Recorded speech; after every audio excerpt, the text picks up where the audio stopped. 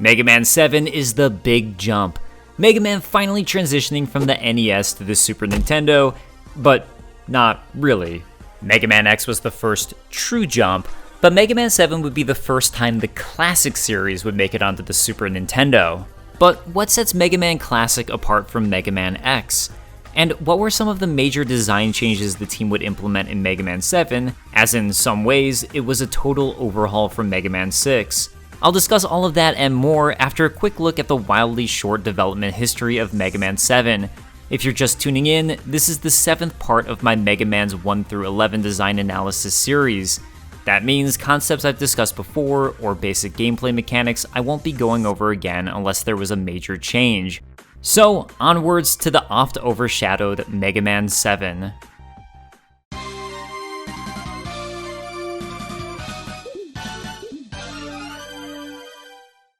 Mega Man 7 had a shockingly short development period of only taking roughly 3 months to make. According to Keiji Inafune, due to the bad timing of certain things coming together at the time, we basically only had 3 months to make 7. Fortunately, the members we had working on 7 were highly motivated, and I remember having a lot of fun. While Mega Man X was released to Japan December 1993, Mega Man X2 was released December 1994, and Mega Man X3 was released December 1995. Mega Man 7 was squeezed in between X2 and X3, releasing to Japan March 1995. In a fantastic interview conducted by Game Informer with one of the Mega Man 7 programmers, Kazuhiro Tsuchiya, the goal of the time was to release a new Mega Man game every December. I'm not sure how that fits in with the timeline of Mega Man 7, but apparently the release date for Mega Man 7 was set before the team even started working on it, and they didn't want to delay the game as they didn't want to disappoint fans.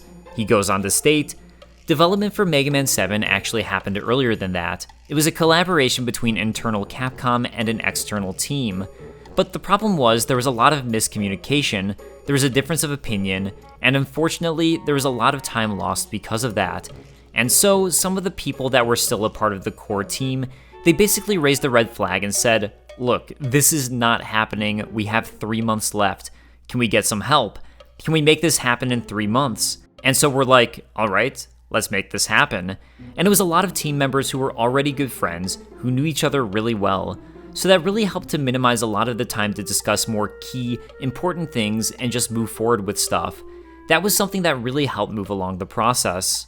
From Hayato Kaji, who had been working as an object designer on Mega Man games ever since Mega Man 4, we were seriously pressed for time, but it was like a Rock family reunion. We even had people from the 2 team come back, and despite the lack of time, they managed to be quite picky about the smallest details. So the team got together, and under an incredible time limit, worked long hours to make and complete Mega Man 7. By the way the team makes it sound, while there's a period of crunch that's notorious in the game world, which happens right before release, it seems like the entire game was created in a crunch period. From Mega Man 7 designer Yoshihisa Tsuda, the atmosphere was pretty much at its climax from the very beginning, and we just sprinted all the way to beta. Keiji Inafune recalls, the team leader and about 15 programmers were basically sealed in a tiny room. When the air quality assessment guy came around, he was like, whoa. Despite the rigorous conditions, every team member that's been interviewed seems to have fond memories of the process. Hayato Kaji recalls, it was a lot of fun, but also quite rigorous. Yoshihisa Tsuda states, although we had to pull a lot of all-nighters, it didn't really feel like hard work. I remember it being quite fun, like a sports team spirit camp or something. In the credits, 5 people get attributed the role of planner, which is the role I'd attribute to game director, Hisayoshi, Archu Ryo, Cardan, Monji, and P. Taro. For some reason, Yoshihisa Tsuda gets the billing as director according to Wikipedia, but I'm not sure where they're getting that. In the Mega Man and Mega Man X official complete works, Yoshihisa Tsuda is interviewed about Mega Man 7, but I don't think his specific role is mentioned anywhere. So, in the end, I'm not sure where to attribute the overall creative direction of the game or who had the final say, or if perhaps it was this massive collaborative effort. Something that's really fascinating to me is it seems like in the true spirit of it being a collaborative effort to make the creative vision of the game, the programmers also contributed to design concepts as they were programming the game. According to programmer Kazuhiro Tsuchiya, when it came to design documentation for the Robot Masters, we had tons of documentation, there was so much information to go off of, but when it came to the specific components/contraptions of a level, it was a lot more ambiguous. It was a general mentality of like, just kind of make it on your own, figure it out, see what you're capable of doing. So on the flip side, that incentivized me to try to showcase like, hey, remember that really ambiguous concept that you gave me? Look at this really cool thing I was able to do. For more development stories of Mega Man 7 from Kazuhiro Tsuchiya, I'll be linking to the full interview with Game Informer in the description of this video. Boot up Mega Man 7, and players will be treated to an intro cutscene that will start explaining Wily's backup plan for if he was ever placed in jail, leading up to how he'll eventually break out, and afterwards, the intro music will play before the game starts playing itself with no music and only sound effects. Outside of a little jingle, there isn't a true title screen song here, which is a bit of a shame. The cutscene itself is a great setup to the game. It shows off just how much of a graphical improvement Mega Man 7 is over the NES titles, and I actually think this explanation of Wily's backup contingency plan for if he was ever arrested, where his robots would wake up and start searching for him, is a cool idea. It's worth noting that, for some reason, the Legacy Collection decides to completely skip the intro cutscene and go straight to the title screen. The intro cutscene will play out if players wait for a moment, which I suppose works as a decision for players not to need to watch the Capcom jingle or need to skip past the intro, but if it were my first time playing Mega Man 7, I wouldn't want to accidentally miss the intro cutscene because I didn't know it existed and I need to wait for it. Click into Mega Man 7 and a brand new concept to the classic series will play out, and something that was introduced to Mega Man, in general, through Mega Man X, a Prologue Stage. The way I see it, a Prologue Stage is generally useful for one of two things, either setting up the story for the players through gameplay, or helping players learn the controls and mechanics of a game.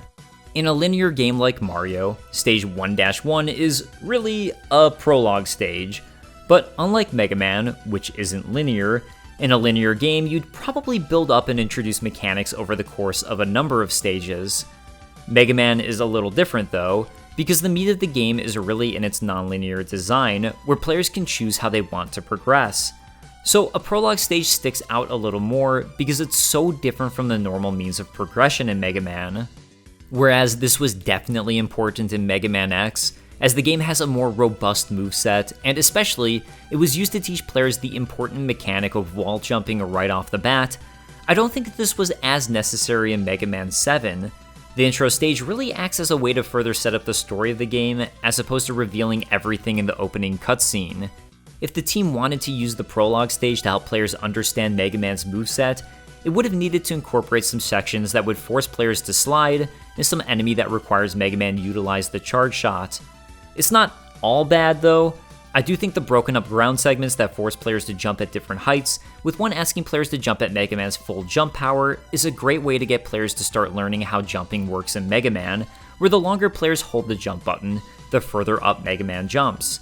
This exact idea of trying to somewhat subtly force players to learn about jump heights and jump power in a safe way is actually something my friend and I have been incorporating into the prologue stage of the game that we're working on, and just about every element of our prologue stage is built to teach players something, quickly build off that concept, and then move on to a new concept we want to teach. There are some basic enemies, and the Mad Grinder boss itself is a nice simple boss with not too difficult of a pattern for someone new, so I do think these elements were also well done. I don't, in theory, mind the intro stage, but what is particularly annoying in Mega Man 7, at least for the way I like to play, is that not only is the intro stage completely unskippable, but so too is the intro dialogue, which moves at a snail's pace, or at least it feels that way to someone like me on multiple playthroughs, which wouldn't be an issue in Mega Man 7 if there was saving, but for some reason, even though saving was much more normal by the Super Nintendo, Capcom and the team decided to keep Mega Man 7 as a password-based game. I'll say, as a kid, I thought the joke of giving Mega Man a Metals helmet was hilarious, but again, I don't need to watch it over and over and over again every time I want to replay the game. Yes, you're given a code for finishing the intro stage, and really, these codes are the way to skip ahead back in the day, But who wants to go through the hassle of inputting every single one of these numbers just to skip an intro stage? At the very least, I wish players were able to at least skip through or speed up the dialogue. That's really all you need here, as the intro stage itself is extremely short. It seems like this was a common complaint, because in Game Informer's interview with Kazuhiro Tsuchiya, he jokingly states the main takeaway from working on Mega Man 7 was not to make such a long intro. There is one thing that I always tell everybody as a learning experience from Mega Man 7: if you make your opening cutscene too long, people will get bored. Yeah, I definitely think that's the main takeaway from Mega Man 7. As I mentioned, the Prologue Stage here, while somewhat teaching players basic mechanics, is really more of a storytelling tool. I like the little Wily cutscene that shows Wily escaping from prison, and we also get the introduction to Bass and Treble. Bass immediately presents himself as an antagonist attacking Mega Man. The story will progress regardless of if Mega Man wins or loses to Bass, and it's fun that Capcom gives Bass unique dialogue based on the outcome of the fight. Bass will present himself as an ally to Mega Man and disappear, but like Proto Man, the fact that he attacks Mega Man makes him a bit more of a mystery. Is he truly on Mega Man's side? I think that the team utilizing gameplay with Bass immediately attacking Mega Man is a great way to establish that question without needing Bass to actually say anything. After all, even if players lose, Bass won't actually destroy Mega Man, and will just be astonished the famous Mega Man is so weak. To my understanding, it was Hayato Kaji who came up with the visual concepts and did the art for the two characters. Keiji Inufune states that, "From the moment we came up with the concepts for Bass and Treble, I knew they were going to be interesting characters. I asked Kaji to do the designs, and I think he did a good job." That's really all there is to these two characters for now, so I'll put a pin on discussing Bass and Treble in full until they become a larger factor to the game. Before moving on, I do want to discuss some major mechanic shifts for Mega Man 7. One that's noticeable right off the bat, outside of the upgraded graphics, is the decision to make Mega Man and every enemy sprite far bigger than their NES counterparts.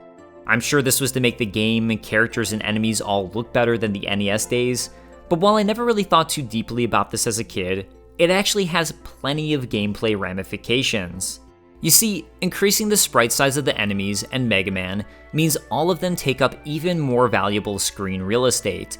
On top of that, the stage's tile sets themselves also need to be made bigger in order to accommodate the bigger sprites and visually make sense. And by the way, this was standard of a lot of SNES games at that point in time. My buddy Alan, who's the friend I'm working on making my game with, has a term for it, where he likes to call it SNES Enlargement Disfiguration Syndrome, and noted it in his video about Super Castlevania. Out of curiosity, I took screenshots of Mega Man 6, 7, 8, and Mega Man X to directly compare their sprite sizes. Mega Man 7's rock is around 1 3/4 the size of the NES Mega Man's. That is almost double the size. Meanwhile, his sprite is even bigger than his SNES counterpart of X. So, stacking all of these up to see how they would fit on a screen, around 9 3/4 NES Mega Man's fills a screen, around 6 3/4 Mega Man X's fill a screen, around 5 3/4 Mega Man 7's fill a screen, and around 6 Mega Man 8's fill a screen. Although that could be a little more if you take into account that part of his shoe and idle stance isn't really on the 2D platform and is just a visual. Bear in mind, this was all before HD TVs as well.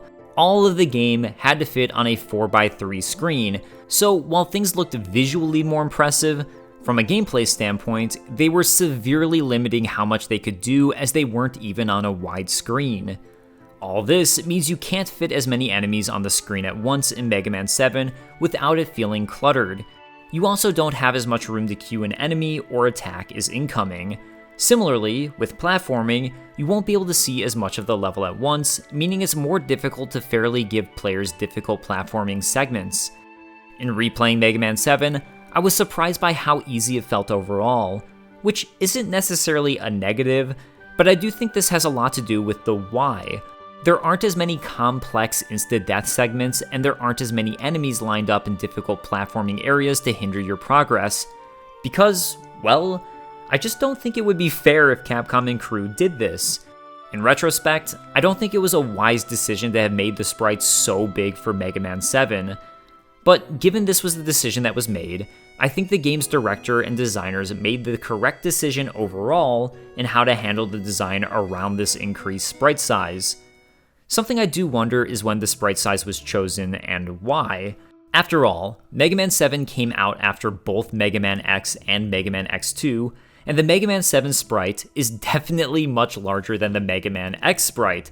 So after working on both the NES Mega Mans and X series, the team had to have understood the design ramifications in making the Mega Man sprite so much larger.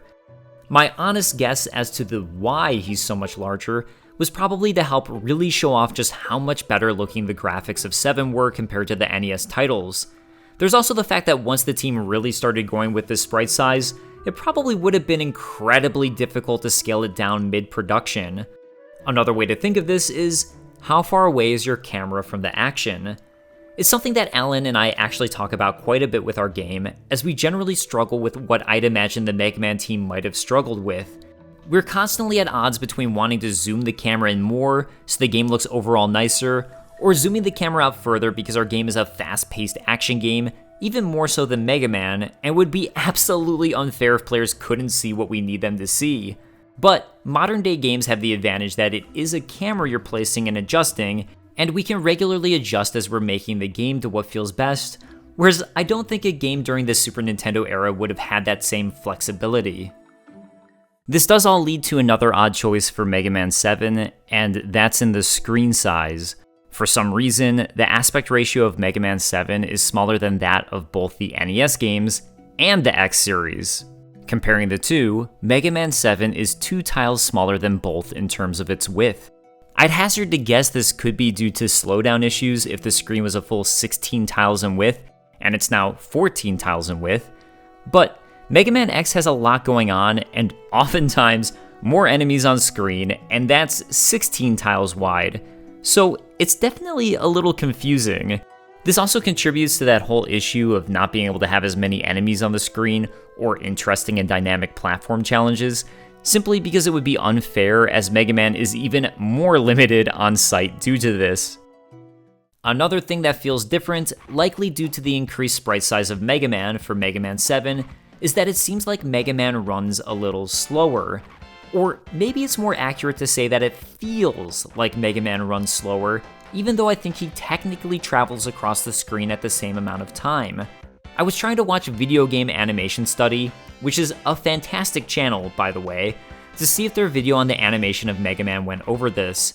While it unfortunately didn't go too deep into this and was more focused on Mega Man 8's run feeling slow, he does talk about how the running animation was changed up from 3 frames in the NES games to 10 frames for the Super Nintendo run animation. So I think that increased number of animations and where the emphasis is placed can also add to a feeling of speed, or lack thereof. While that could definitely contribute, I think the main culprit here is the increased sprite size. I decided to pull up a sequence from Mega Man 2 and Mega Man 7, where Mega Man starts slightly off-center, as this seemed like this would be the best way to actually compare how quick Mega Man runs, as the screen starts to follow him once Mega Man reaches the center of the screen. From what I can tell, it seems like Mega Man's run speed in terms of how quickly he travels across the screen is the exact same. However, what makes it feel so much slower is when you take in mind how much bigger Mega Man, the enemies, and the tile sets are. On the NES, Mega Man is the same size as 1 tile, so as the NES Mega Man games are 16 tiles wide on the screen, they're 16 Mega Mans wide.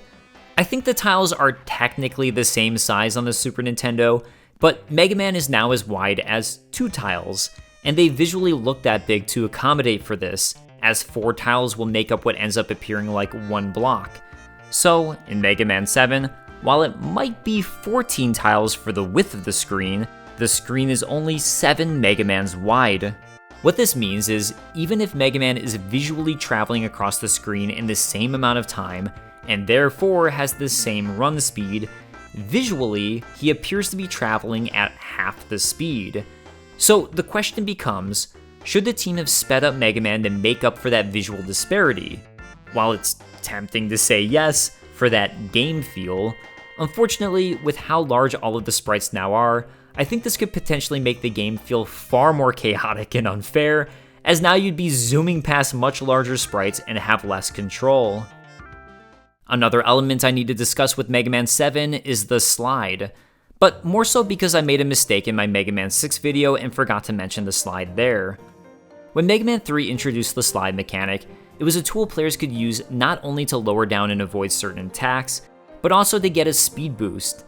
But in line with the running and jumping, players were in total control of the slide. They could cancel out at any point by jumping. However, in Mega Man 6, the team removed the ability to cancel out of the slide by jumping. In a way, this is somewhat reminiscent of a game like Castlevania, where jumping will force players into the direction they're moving without being able to alter this mid-jump. So to that end, it means that players will need to be deliberate when utilizing the slide in Mega Man 6, rather than the previous games which allow for immediate and responsive controls. As it's so rare I try to cancel out of the slide, I actually never consciously noticed this while playing Mega Man 6. I did die, mind you, because of the non-cancelable slide, but I actually thought I'd mistimed my jump and assumed it was a user error here. Like not being able to switch your direction mid-air while jumping in Castlevania, I don't think it's an automatically wrong choice. But I will say, I definitely prefer feeling like I have full control over Mega Man, and don't think being locked into a slide enhanced the game. Especially as the series had already established players could jump out of a slide at any point, it seems odd to then remove that level of control in a future installment. To my personal taste, I think part of what makes the Mega Man series fun is that it does allow players to immediately react to any situation and how they can control Mega Man. The team probably overall agreed with this being a bad choice, as Mega Man 7 once again returns the slide back to normal in Mega Man 7, with players being able to jump out of a slide at any point, and this has remained how the slide mechanic has functioned ever since. Speaking on returning to the original intent, the charge shot of Mega Man 7 was also altered to return to the way it acted in Mega Man 4. In Mega Man 4, if Mega Man is injured while charging up a charge shot, the charge timer won't be interrupted. However, Mega Man 5 changed this to make it so if players are hit while charging, not only will they take damage, but the charge shot timer will reset to 0. While 6 continued this reset counter for taking damage from Mega Man 5, Mega Man 7 once again returns to taking damage not affecting the charge shot in any way. As I discussed in my Mega Man 5 video, this will really come down to your preference on if players should be more punished for taking damage or less punished. To my personal taste, I think taking damage is enough of a punishment for getting hit, and I prefer Mega Man 4 and now 7's version of the charge shot where it isn't affected by this. Another interesting change-up in the charge shot is how powerful the weapon is in Mega Man 7. Ever since Mega Man 4, Mega Man's pea shooter would hurt bosses for 1 damage, while a charge shot would hurt bosses for 3 damage. However, in Mega Man 7, the charge shot only deals 2 damage to bosses. So, this means the charge shot is actually slightly less viable in Mega Man 7 than it is in Mega Man's 4 through 6. It also means that certain elements were changed to accommodate for this. In particular, I'm talking about both the length of time it takes to actually charge a charge shot, as well as how many iFrames bosses have. The charge shot of Mega Man 7 actually takes a few frames longer to charge than the charge shot of Mega Man 4, which, again, would seem to make the charge shot seem less viable in general. However, at the same time, bosses have slightly longer iframes than they did in any previous game. The bosses also have unique knockbacks to their weaknesses that can increase this iframe length even further. Timing it out, with these increased lengths, it takes Mega Man slightly less time to charge up his Mega Buster than it does for a boss to go through 2 cycles of their normal iframes after getting hit, meaning the charged Mega Buster is still typically the better option against bosses rather than rapid firing the pea shooter. The other thing this means, though, is that boss weaknesses, which typically deal 4 damage, are now a far more powerful tool against the bosses, purely from a power perspective. That's not even including the special knockback these weapons give against bosses. So, I think all of this probably makes the charge shot of Mega Man 7 the most overall balanced, with its weakness still allowing the boss powers to shine, but by keeping the charge after getting hit, it's still a good and viable weapon choice. So, you finish the intro stage, and it's on to the character select where, hold up, another major change. Barring Mega Man 1 only having 6 robot masters to choose from thanks to the limitations of the NES, Mega Man 7 is the first Mega Man game, including X1 and X2, to limit your Robot Master selection to 4 robots instead of 8. Although, to be fair, the Game Boy Mega Man games have this same concept of starting with 4 Robot Masters, then unlocking the final 4. There's a whole midway plotline that happens after finishing the first 4 robots, with you then needing to fight an additional 4 afterwards. But overall, I strongly disagree with this decision. Part of the fun of Mega Man is that you can boot up the game and, at any point, play any stage in any order you like. Or if you just want a quick 10 to 15 minute session, you can hop in and play 1, 2, or 3 stages and turn off the game, then move on with your life. The non-linear nature of Mega Man makes it one of the best pick up and play games, in my opinion, for this reason. The other thing that makes this so great is that, as these are challenging games, if you're struggling in a stage or get too frustrated, then you can go back to the stage select and try something completely different. In the process, you'll get better at the game overall, and can return back to the stage that was giving you issues when you're ready, or maybe when you have a brand new robot power in store that will help you out. So limiting your starting options to 4, I'm going to say halves the replayability of the game, and halves the ability for new and struggling players to find levels they can enjoy. I'm going to take a stab here and guess the reason for this was an idea that this might make Mega Man 7 easier for newcomers. After all, part of the integral design to Mega Man games is the rock, paper, scissors boss design, where one boss's ability will be the weakness to another boss. So if you can defeat one of these 4 bosses, it takes away the guessing game of who is weak to the ability you just earned. Now, instead of guessing between 7 Robot Masters, you're only guessing between 3. On top of that, there's also difficulty in a non-linear game to factor in. In a game with 8 possible options for where to go right off the bat, the team has to decide how they want to handle the difficulty of these stages. Do they try to balance all of the stages to be relatively the same difficulty, as they seem to try to do for Mega Man 2? Do they have some stages that are the designated easy stages, and some internally known to be the harder stages as they did in Mega Man 1, but then risk that a brand new player might choose the harder stage first, have a bad time, and never want to play the game again? That's a pretty big risk factor when deciding to set some levels to be more challenging, so I think that could be another reason the team had 2 sets of 4 stages in Mega Man 7. The first 4 stages were likely considered to be the overall easier stages, while the final 4 stages were probably thought of as the more challenging stages. In a way, that could also free up the team to really go all in on making the second set of 4 stages far more challenging if they want, similar to the Doc Robot stages of Mega Man 3.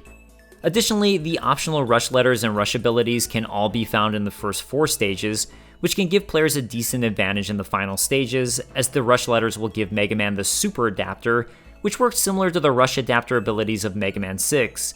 It then serves as a way to mitigate a problem that Mega Man 6 had, where players could similarly go to very specific stages to obtain the rush adapter tools, but if they went in the wrong order, not obtain those tools until they were just about to wrap up the Robot Master stages. So while I do understand those factors, I still don't overall agree with the choice. If the intention was purely to have this for the halfway point, where Robot Museum is invaded and serves as an intermission, they could have still done this regardless of which 4 Robot Masters are defeated first. Another issue with this choice comes in the form of the Robot Master weapons. While it helps new players find Robot Master weaknesses, of course, the problem then becomes that the final 4 Robot Master abilities players can obtain will only ever come in handy for a few Robot Master stages rather than the full roster of stages. As I never really liked to play with the weapon abilities as a kid and preferred playing Mega Buster only, it wasn't a problem I ever noticed until replaying the game for this video and trying to experiment with the weapons. The final 4 weapons I received automatically felt far less useful because by the time I'd obtained one of them, I'd already finished 5 of the 8 stages. Between the overlong, non-skippable intro cutscene of Mega Man 7 and the stage select only starting with 4 Robot Masters in Mega Man 7, I think both of these factors really hurt the overall replayability of Mega Man 7. While there's only 4 bosses to choose from, there actually is a pretty specific route that makes the most sense if players will want to avoid needing to replay any stage. As long as you can beat him Mega Buster only, the boss who makes the most sense to head to first is Freeze Man, so let's take that route. For selecting Freeze Man, a bar will wipe across the screen, Freeze Man will then wipe across from the opposite side, and the background will turn into flying stars in a clear homage to Mega Man 2. Not only is the style of the boss introduction an homage to Mega Man 2, but so is the music, which is a Super Nintendo remix of the Mega Man 2 boss select.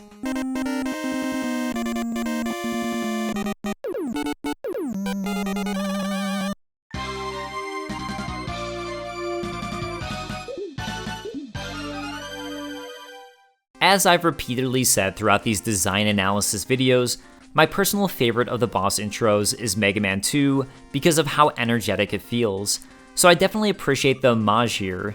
Even though the graphics are better in Mega Man 7, I actually still prefer the Mega Man 2 boss intro, probably partially due to nostalgia, but I also like how clean and simple it looks, on top of the fact that the boss is jumping into the screen, which makes it feel a little more action-y to me.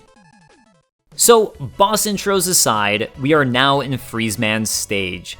Freeze Man is Mega Man 7's return to ice stages, with most of the challenges being centered around the slippery controls of being on ice.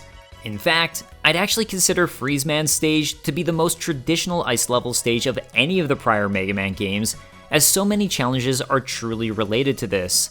Iceman's stage in Mega Man 1 had slippery ice, but it didn't really matter too much outside of this one section with these footholders near the end of the stage, as there were no insta-death pits until that point.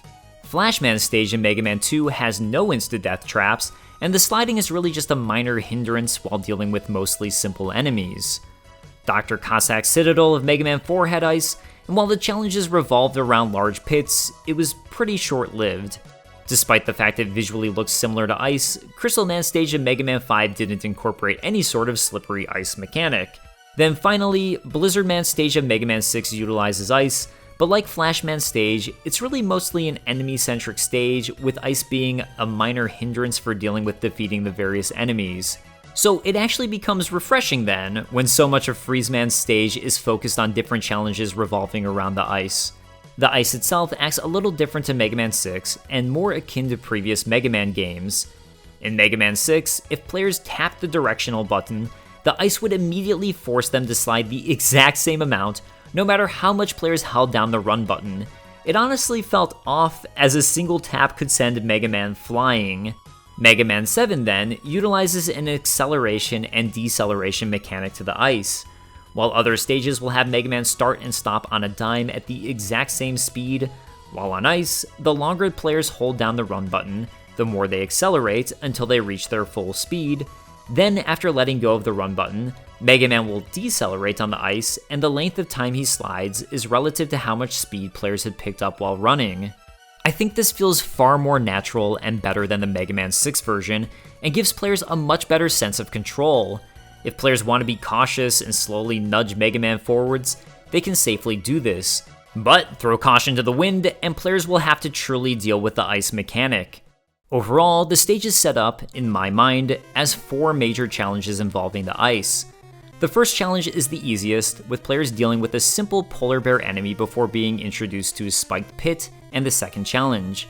The second challenge involves a series of spiked pits and these icicle tech robots who will drop ice that will act as obstacles players can both get hit by and destroy before it touches the ground, but once it reaches the ground, it turns into a platform.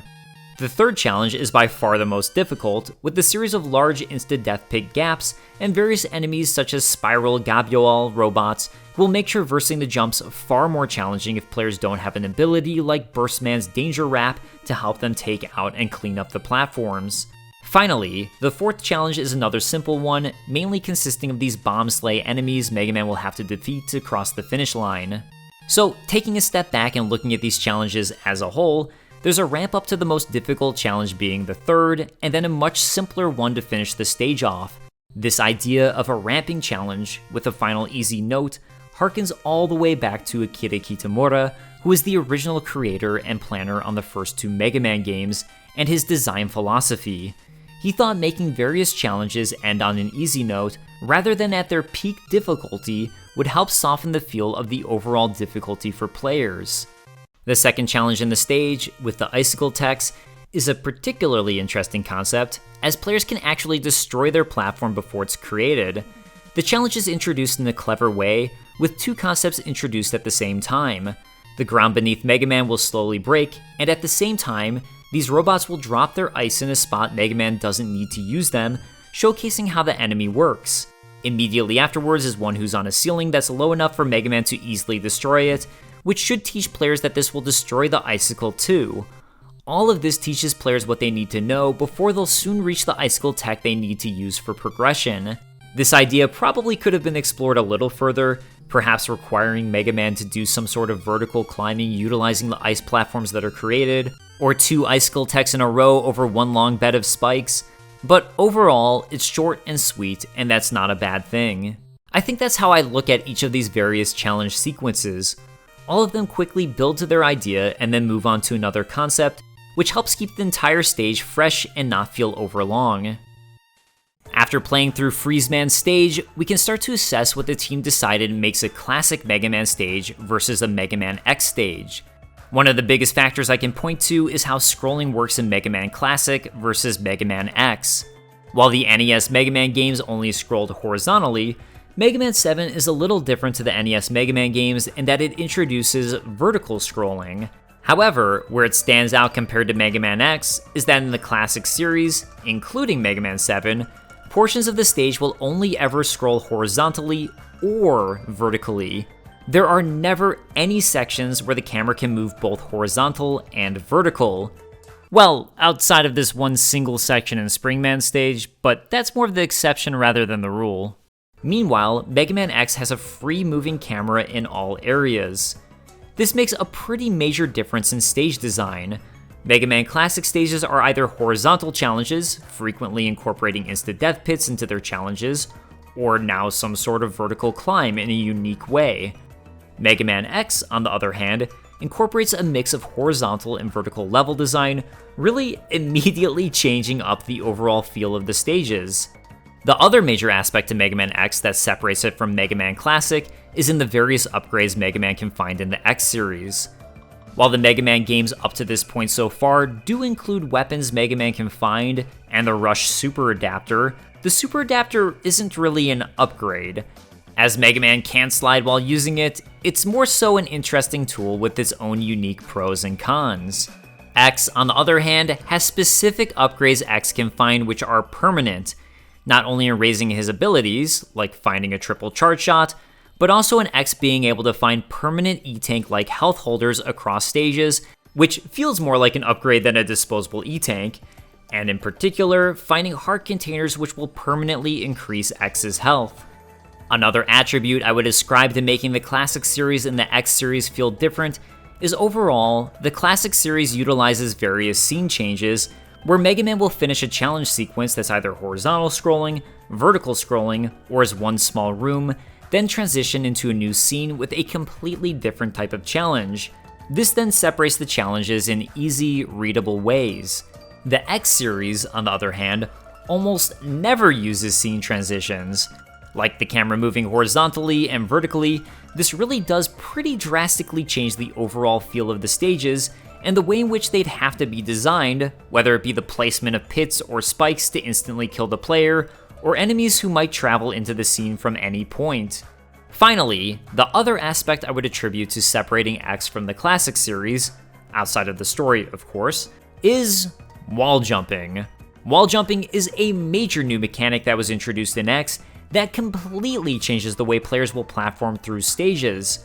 Other abilities that change the way players platform are also introduced through upgrades, of course, but wall jumping is the major one here. It completely changes vertical traversal, which is a lot of what allows for the X stages to have interesting horizontal and vertical level design. So I think those are really the major differences I can think of that separates X from the Classic series. Wall jumping, the camera, the number of scene transitions, and permanent upgrades. At least until 8 would shake things up a bit with its shop system allowing for permanent upgrades. Make it through the ice and players will reach our first boss, Freeze Man. While Freeze Man might seem difficult at first for a new player, his pattern is typically pretty simple. After his starting move, which is based on the player's input, Freeze Man will eventually run towards Mega Man and reach the wall. Once he does, he'll jump up and toss down a beam that will freeze the ground and freeze Mega Man if the player doesn't jump in time. After freezing the ground, he'll shoot out a freeze beam into the ceiling, which will cause a number of icicles to grow and fall to the ground, which players will need to avoid. At the same time, he'll then start running to a wall and towards Mega Man, and when reaching it, jump up and shoot his freeze cracker at the player, which will burst into a small AoE if it hits the wall. He'll then run at the wall towards the player, and typically repeat some variation of this basic pattern. To my understanding, what really changes this up and makes the fight more complex is that, like Crash Man or Gemini Man before him, Freeze Man will sometimes react to the player's shooting by jumping. This could result in him doing his high jump where he then shoots a freeze cracker, or if he's mid-run near the wall, result in him doing a little bunny hop. But even without fully understanding that, I found it was pretty easy to get into a rhythm with him, as once you understand his moveset, they're all fairly simple attacks to avoid. I like this boss fight quite a bit, as it can be challenging without players understanding the pattern, but I found that it's understandable enough within a couple fights that he's pretty well beatable within the 2 starting lives Mega Man starts with, even if a little challenging. I also think it's a fun pattern overall, with quite a bit of variety to it, which is likely thanks to the power of the SNES. If players are struggling against Freeze Man, Junkman's Junk Shield will easily take him out. On the topic of bosses, the overall pattern and idea of bosses seems to have once again changed in the classic series. If I were to compare the bosses of Mega Man 7 as a collection to the previous games, I feel like Mega Man 7 is the most similar to Mega Man 3 in terms of how the bosses function. You see, Mega Man 2, and then to a further extent, Mega Man 3, mostly had easily recognizable patterns to their bosses that players would have to learn and master. And while there would still be an element of quick reflexes to these bosses, you could usually count on the same pattern repeatedly happening over and over again, like in the case of Magnet Man, Shadow Man, or Top Man. Mega Man 4 and 5 then changed this up quite a bit to implement range detectors, where many bosses heavily relied on these range detectors in order to determine which attack they would utilize. For some bosses, especially in the case of Mega Man 5, these detectors made them very exploitable as they could be tricked into not using their more difficult attacks. For a great breakdown of exactly how these boss patterns work, I highly recommend watching the videos on these by Sequel Wars and Woodfrog. Moving to Mega Man 6, a lot of the bosses felt pretty similar with 2 main attacks, typically requiring players to jump, then a leap type of attack, which would require players to slide. So, Mega Man 7 once again has bosses with repeating and easily recognizable patterns, similar to Mega Man 3. I discussed Freeze Man, but here are some more examples. Cloud Man will shoot lightning at the player, then make it rain, pulling the player in a certain direction. He'll use a couple lightning ground strikes during this. Next, he'll float back and forth in the air, and then repeat this pattern. Junkman will make junk fall from the ceiling, then magnetize a large block of junk, which he'll shoot at Mega Man. He'll jump onto the block, which will form the junk shield around him, then shoot the shield at Mega Man. Afterwards, he'll leap around throwing junk down at the player, then repeat that pattern. While some of these bosses might add some light variety to how they do these attacks, like in the case of Freeze Man, for the most part, these really are pattern-based bosses. All of the patterns of these bosses in Mega Man 7 are different enough where they all feel unique. So, whereas I criticize Mega Man 6 for all of the bosses feeling too similar, and feeling a little phoned in for that reason, I think the patterns are all different enough in Mega Man 7 to not run into that issue. I'm of the personality type where I love this type of fight. It gives me something to recognize and master, and there's enough occasional variety to still keep players on their toes. After melting away Freeze Man, it's time to head on over to the water stage of Mega Man 7, Burst Man. Burst Man's stage mixes together spiked traps, invisible blocks, and water for a number of surprisingly unique challenges 7 iterations into Mega Man. The first half to the stage is probably the most similar to what we've seen before. Timed bombs are mixed with spike traps for a number of not too difficult, but still engaging challenges, all leading up to the classic spiked ceiling while Mega Man is underwater. After defeating a crab sub-boss, the truly unique element to Burst Man's stage plays out in this raising and lowering water. This mechanic is completely unique in how the gameplay functions, where Mega Man will no longer have full control in the water, but rather will raise and lower with the water. I really like the introduction to this sequence, where there are a number of enemies on the left side of the screen, so players will want to head to the right, but then spiked ceilings will appear, meaning players will want to move back towards the enemies. It'll require some quick thinking on the player's part if they want to avoid getting hit at all, but it's still possible to just YOLO and run into the enemies if you want to survive. Right afterwards is a long leap where players will need to utilize the raising water in order to catch their fall, else hit a bed of spikes. This is sort of like the inverse of the raising and lowering ceiling water of Centaur Man stage from Mega Man 6, and like that stage, I think it also works well here. Before the final challenge to the stage, there's a small invisible block sequence. It's not too challenging, but I think that's in part due to how limited the screen real estate in Mega Man 7 is. While it's not difficult, I like that it continues the concept of these insta-death spikes being a running theme throughout the stage. The stage wraps up to a final challenge with the raising and lowering water, with plenty of spike pits. I think all of this is great, and the stage moves through its concepts with a nice flow, with it all being tied together by spikes and water. The water mechanic changes as the stage progresses, so nothing feels like it overstays its welcome, and each individual sequence seems well thought out. Before moving on to Burst Man, there are a couple more concepts that are worth going over which are introduced in this stage. The first comes in the form of something I glossed over, this crab sub-boss, or Kaniganse. This is one of several sub-bosses in Mega Man 7, and while I talked a decent bit about sub-bosses in Mega Man 4, they were basically dropped in Mega Man 5 and used sparingly in Mega Man 6. However, Mega Man 7 brings back the sub-bosses with a vengeance. The crab-like Kaniganse can be found in Burst Man stage, the T-Rex King Gojulus can be found in Slash Man stage, both Truck Joe and CC Truck can be found in Turbo Man stage, and the giant pumpkin sub-boss of Van Pookin can be found in Shade Man stage. While, as I mentioned in my Mega Man 4 video, I'm not the biggest fan of these sub-bosses, I also do think they're pretty well handled in Mega Man 7. Outside of Truck Joe, none of these sub-bosses appear multiple times, which was one of my issues with the sub-bosses of Mega Man 4, who would repeat. While most challenges in Mega Man are a mix of fairly simple enemies Mega Man can quickly destroy, or platforming challenges, sub-bosses do create a way for the developers to create a combat-based challenge that isn't a full-on boss. The sub-bosses of Mega Man 7 also have some interesting quirks to them, which are pretty cool. The Truck Joe is probably my favorite, as it's a sub-boss that will slowly chase Mega Man, meaning players will have to manage running away and jumping back to shoot at the same time. The Giant Pumpkin is fun in that there are two ways to destroy it, which leads to two alternate paths. The CC Truck is more of a bullet hell type of boss that's about dodging CC rockets the entire time. The T-Rex and Crab are probably the least interesting to me. The T-Rex because, so long as players are using the platforms properly, it becomes a bit more of a waiting game where players need to jump to the upper platform to easily avoid all of the attacks and pepper in charge shots when they can.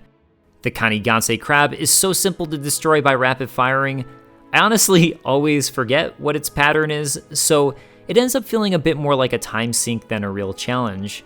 At the very least though, both the Kaniganse and King Gojulus are completely unique from the other sub-bosses, so players are getting a fresh experience with both of them. Make it through spikes and water galore, and players will reach Burst Man. Burst Man has a simple pattern in that he'll shoot out bomb bubbles and then either jump towards the player or shoot out a triple bubble shot. If a bomb bubble touches Mega Man, it will carry Mega Man up towards a ceiling of spikes, and players will need to quickly shoot their way out, otherwise they'll be instantly killed. Meanwhile, when the bubbles hit the spikes, they'll pop and release a bomb that will eventually explode. Shoot a charge shot at Burst Man or his weakness of the Freeze Cracker, and he'll be knocked back in the direction of the shot, all while a number of bombs are knocked out of him and explode on the ground. While this fight can certainly be challenging for someone new, because of the insta-death factor, he has a very identifiable rhythm to him, and I think his grenade bombs popping out when hit by a charge shot are the true difficult factor of this fight. Burst Man strikes me as a very different boss in his overall boss pattern and design, and to that end, I really like this fight. It's also interesting that fighting him with the Freeze Cracker, which is his main weakness before players can eventually get to Turbo Man, can be both a positive and negative. Because the shot breaks apart when it hits a wall and can still hit Burst Man from behind, this means it's easier to hit him, but it will also knock Burst Man towards the player if that happens, making the fight more challenging. Which I actually think is a cool element to the fight. Defeat Burstman and players will unlock his Danger Wrap attack, meaning it's time to head to Cloudman. Cloudman stage is one of my favorites in Mega Man 7. Maybe it's the music, maybe it's the unique weather element, but this is actually my favorite air-themed stage in any of the classic Mega Man games. Cloudman stage is filled with various gimmicks that are meant to make it harder for the player to see the platforms of the stage. Like Airman stage all the way back from Mega Man 2, clouds will be present in the foreground, blocking the player's eyesight of certain platforms, as well as these large fans that are oftentimes placed to prevent players from seeing this particular Kaminari Kogoro robot that will launch up attempting to knock back the player and shoot a lightning bolt down. Outside of the foreground, the other element players will need to contend with are these weather robots who create rain.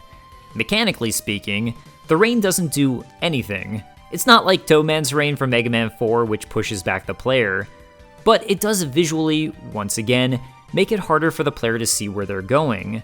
This all comes to a head a little past the halfway point of the stage, where if it's raining, players won't be able to see the platforms at all, minus a small circle of vision around him. While it seems like there might be trust jumps, that's actually where the various enemies come in handy. If Mega Man kills one and it drops an item, that item will drop onto a platform, revealing a platform's location. This clever way to deal with platforming is something I love in any game, so I definitely enjoy it here. The other thing I love about this little section is that it really is the buildup of what this stage has been doing. First, your vision is obscured by clouds and fans, then it's obscured by rain, and then rain, clouds, and fans, all before this final culmination where players can barely see the platforms.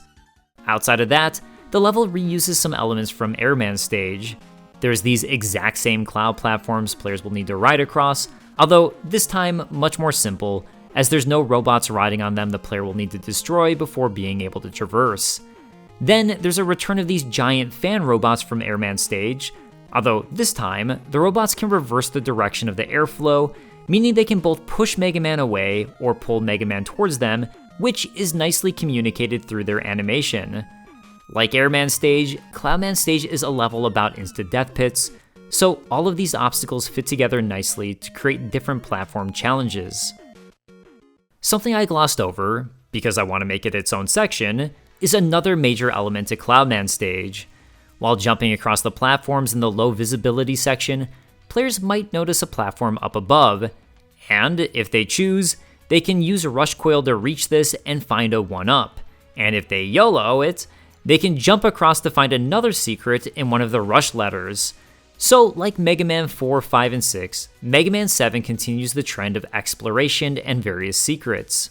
But the major change-up for Mega Man 7 is that a lot of these secrets involve utilizing the various boss abilities. So, those weather-changing robots of Cloudman stage can actually be used to find this secret without a trust jump. If players have obtained the Freeze Cracker and shoot the Telltales with it, the rain will instead turn to snow. Not only does this make it visually easier to see the stage than the rain, at least in my opinion, it also coats the entire invisible platform section in snow, meaning players will no longer have to guess where the invisible platforms are. This is especially useful for that secret rush letter, as players will be able to visually see the platform that seemed like a trust jump before. These secrets utilizing boss abilities for exploration extend throughout the rest of the game. In Junkman stage, there's not just one, but 2 secrets involving secret abilities. The one I found to be a little more obvious is that Cloudman's Thunderbolt can be used to activate both the elevators and magnets of the stage, but you can also use Freeze Cracker to freeze open a lava fall and find a hidden alternate route. In Shademan stage, Turbo Man's Scorch Wheel can be used to light some candles and therefore see the platforms. Not only that, but the Scorch Wheel can also be used in Slashman stage near the end, and you'll be able to find a secret route to rescue Beat. This one's especially interesting to me, because according to an interview translated by Shmuplations with Mega Man creator Akira Kitamura, who only worked on Mega Man's 1 and 2, Akira Kitamura actually wanted this same thing to happen in Woodman stage by using Heatman's atomic fire. According to him, this was actually programmed in, and the bats would fly away, but it ended up getting removed, and the programmer at the time was super against it. He thought if we started adding things like that, there'd be no end to it. While I could see that possibly taking away from the short, sweet, and simple gameplay of Mega Man's 2 and 3, I really like these elements to Mega Man 7, and I feel like it really adds to the game. It makes the boss weapons feel more special, especially for someone like myself, who didn't particularly like using the boss weapons for combat. In fact, generally speaking, I think the exploration and secrets of Mega Man 7 are really well handled, and this is probably my favorite of the classic series in this regard.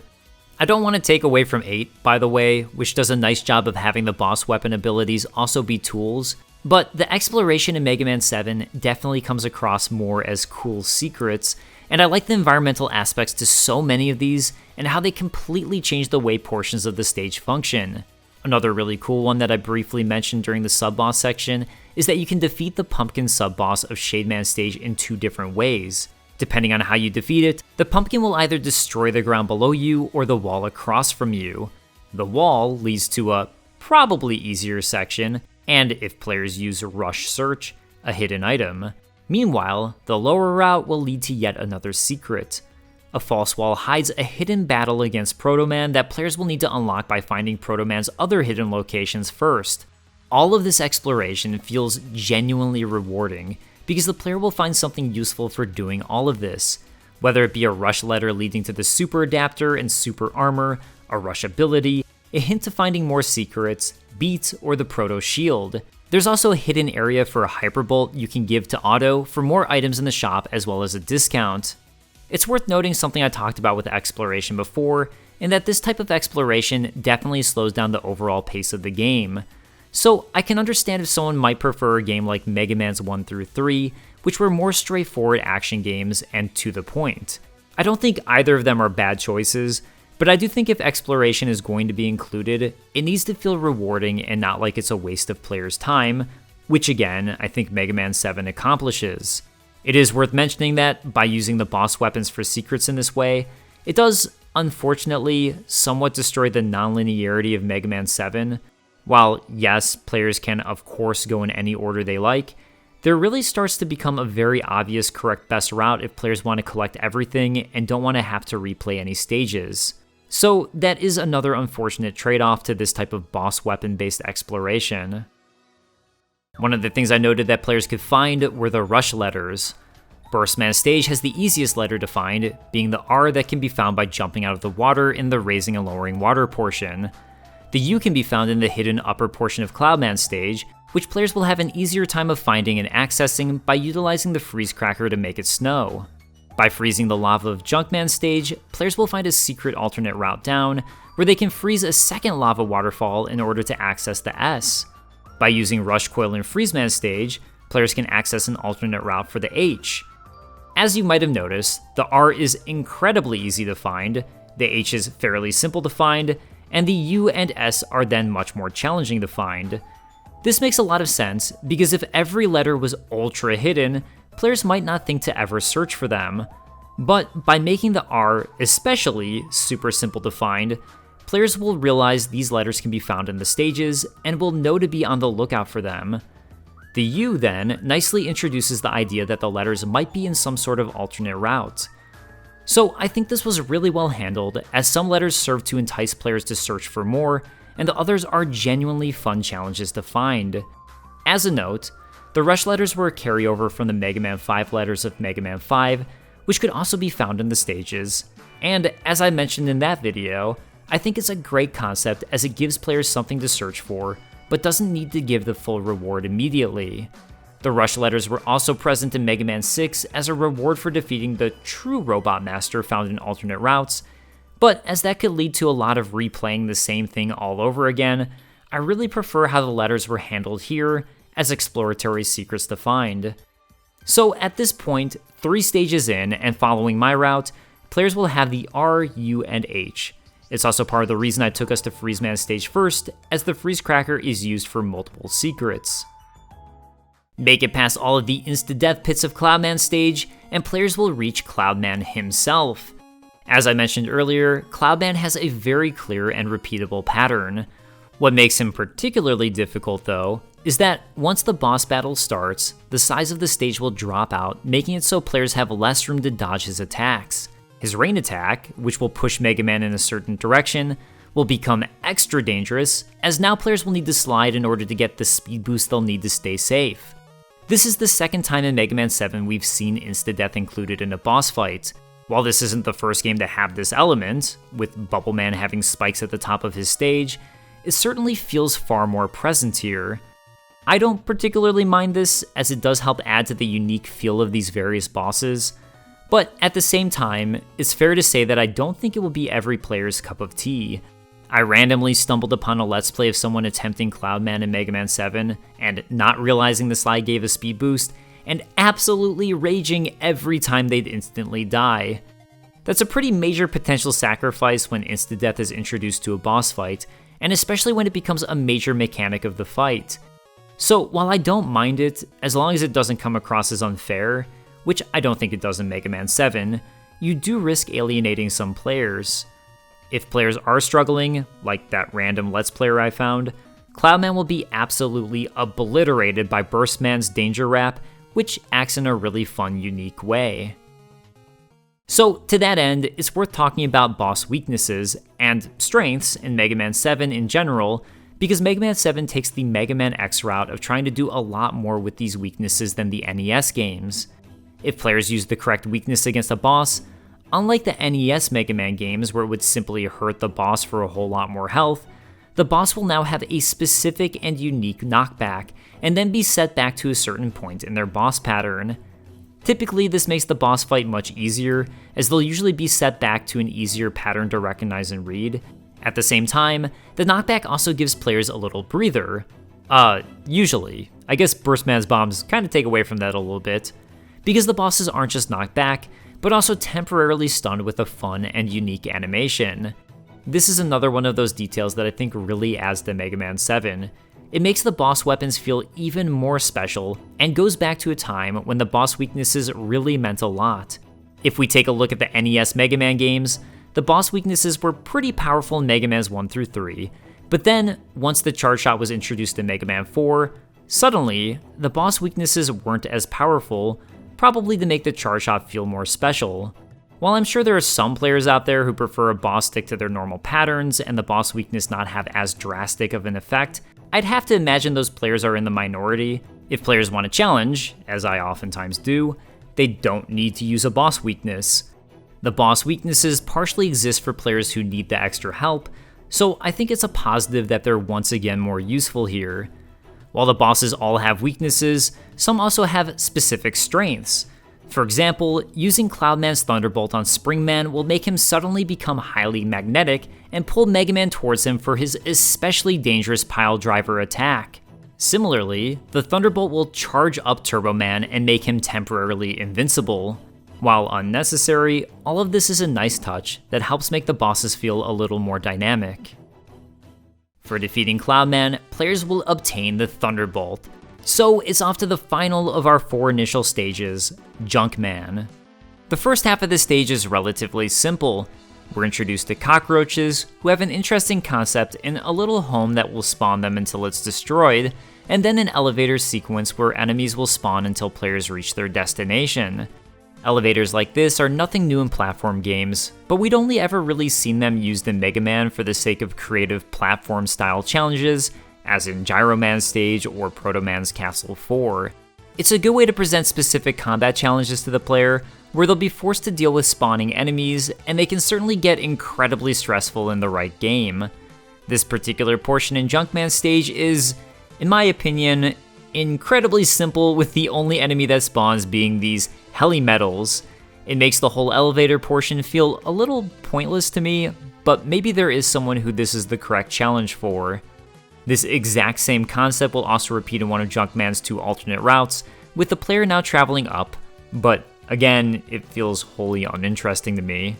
Later on, Shademan's stage has a similar elevator challenge, but this time with more challenging enemies and a smaller platform. That becomes more of a real challenge and feels a little better designed overall to me, with enemy tells and zombies appearing in the windows they're about to jump out of, all with an actual sense of danger. Again, while I acknowledge there might be someone who the elevator rides of Junkman's stage are made for, I find them to be pretty boring. The second half of the stage, though, overall, has a really fun design to it with 2 completely different routes players can take that all end up coming back to the same path. Players can take the lower route by freezing the lava and accessing a hidden ladder. This route will lead to the S of Rush, and comes with the cool challenge of needing to hop across these junk blocks that dissolve into the lava below. It makes for a pretty short but intense platforming sequence, as the lava will instantly kill Mega Man upon touching him. But another fun factor about this is that if players realize they can angle the direction of the freeze cracker, they can actually freeze the ground lava, completely nullifying the challenge. The upper route is especially cool. The first part is this long ladder sequence, with a number of spiral gabules players will need to deal with if they climb. And while that is an interesting challenge, what's especially cool is that players can actually use the Thunderbolt ability to activate the elevator and safely ride it up. I absolutely love this use of the boss abilities to create functionality in the stage, and how it creates an easier route for clever players. Past that, players will be introduced to junk hiding these snake-like dust crushers, and another use for the Thunderbolt which can activate magnets above. These magnets act similar to the magnets of Magnet Man stage, in that they'll pull Mega Man up towards them, and the player can essentially ride them to their destination. It's really the sort of concept I was hoping to see in Magnet Man stage from Mega Man 3, but it's kind of a shame that the only way to do this is by noticing you can activate the magnets with the Thunderbolt, and it's only in this one tiny section. I feel like there's a missing opportunity here for a really interesting magnet-based challenge, and I would have far preferred something like that over the elevators. The final sequence to the stage involves these proper rides, who I kinda hate simply because they remind me a little too much of the footholders from Mega Man 1. Junk will drop onto the proper rides, and if players are standing on one when Junk will drop down, it will push Mega Man off to his death. The challenge is fine, but it's not my favorite as it doesn't feel like it was all that explored, and it feels like as soon as you understand the concept, the challenge is over. Overall, the individual challenges of Junkman stage aren't my favorites, but I do like the branching paths, and that each path leads to a different cool secret. Speaking of those branching paths and secrets, something I've been glossing over are the rush abilities. If players do activate the elevators in Junkman stage, it will open up the path for players to find Rush Jet.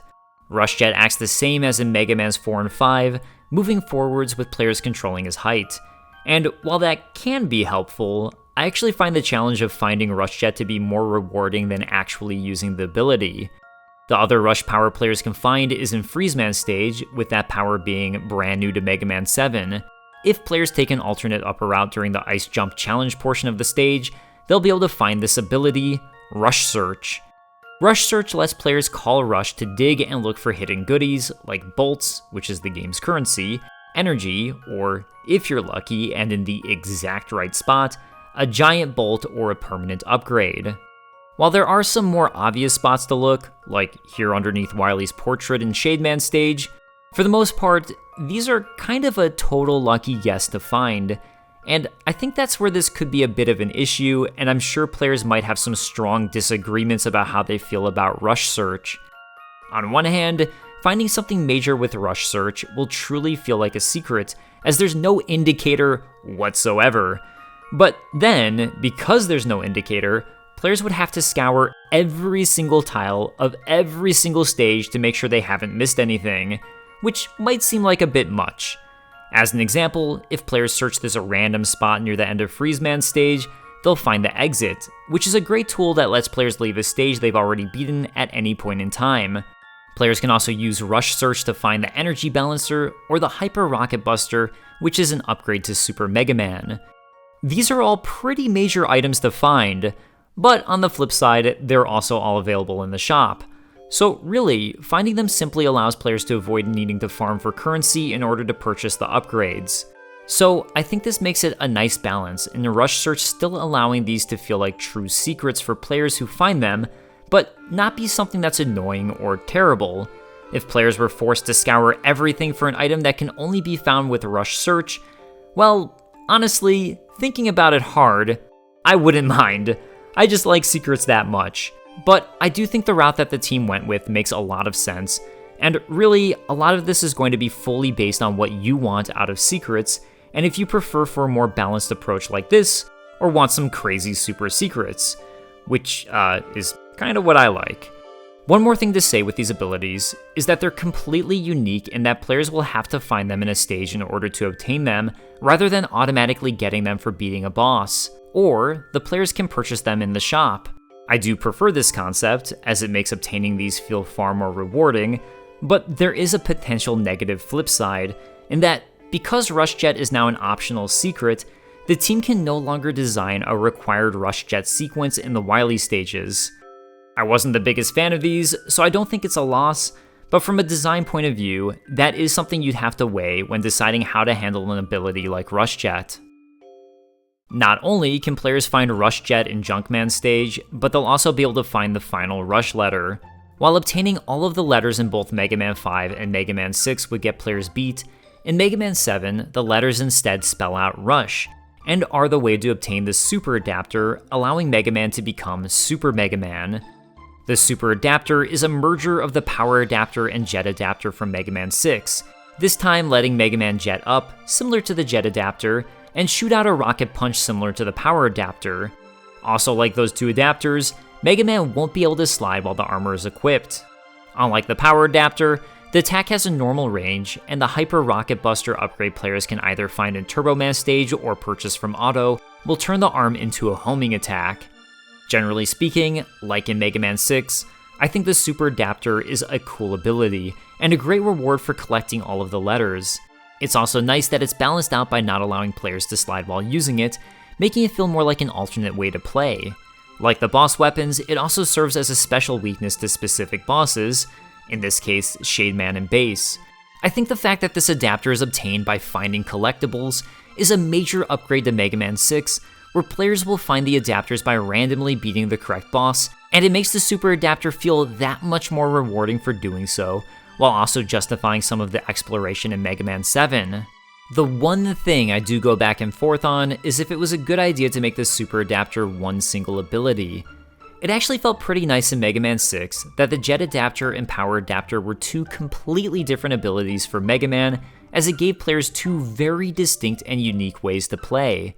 The Jet Adapter worked well for players who wanted a bit of an easier time platforming, while also just generally being fun to jet around in, but very clearly had a disadvantage in combat.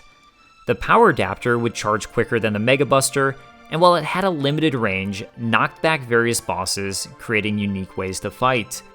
The Super Adapter of Mega Man 7 is definitely fun to use, but in the end, feels like a better version of the Jet Adapter. It's great for making platform challenges a little easier, and is pretty good at combat, especially after players obtain the Hyper Rocket Buster, and to that end, it creates one singular fun alternative way to play. Would you rather be able to slide, both with the speed boost and ability to avoid enemies this way, or would you rather be able to jet around? So, that's great. But I actually find it interesting how the team was able to create such unique ways to play Mega Man 6 with the two distinct Rush Adapter abilities, and wonder if it might have been more interesting, plus allowed for more replayability if they'd really expanded on that concept, creating more distinct and balanced different ways to play based on a variety of Rush Adapters.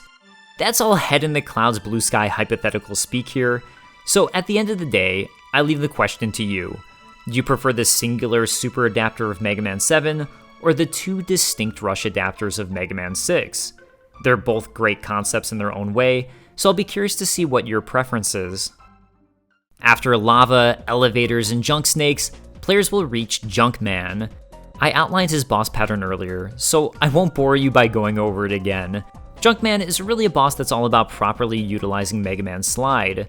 When the junk falls from the ceiling, players will have an easier time at dodging if they can quickly use the slide.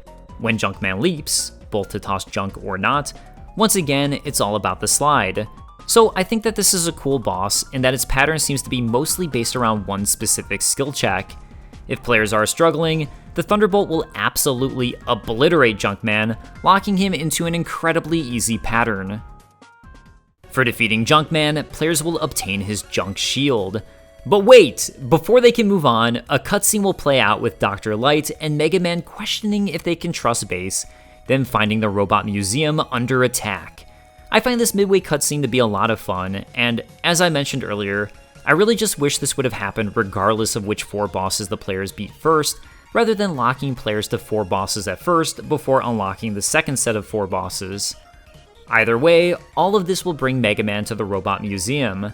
The Robot Museum is a really fun concept, allowing the team to show a little bit of nostalgia and fanfare here, as the museum houses various robots from Mega Man's past.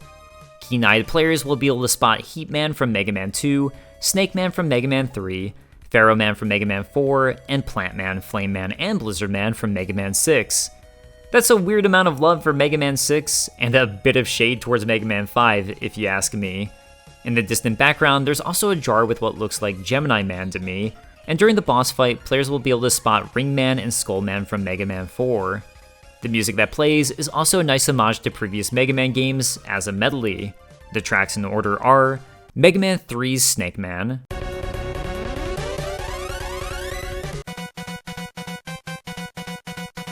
Mega Man 1's Guts Man,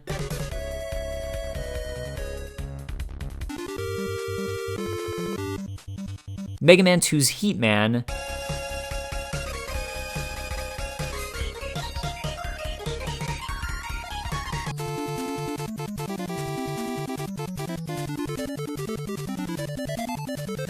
and finally, back to Snake Man.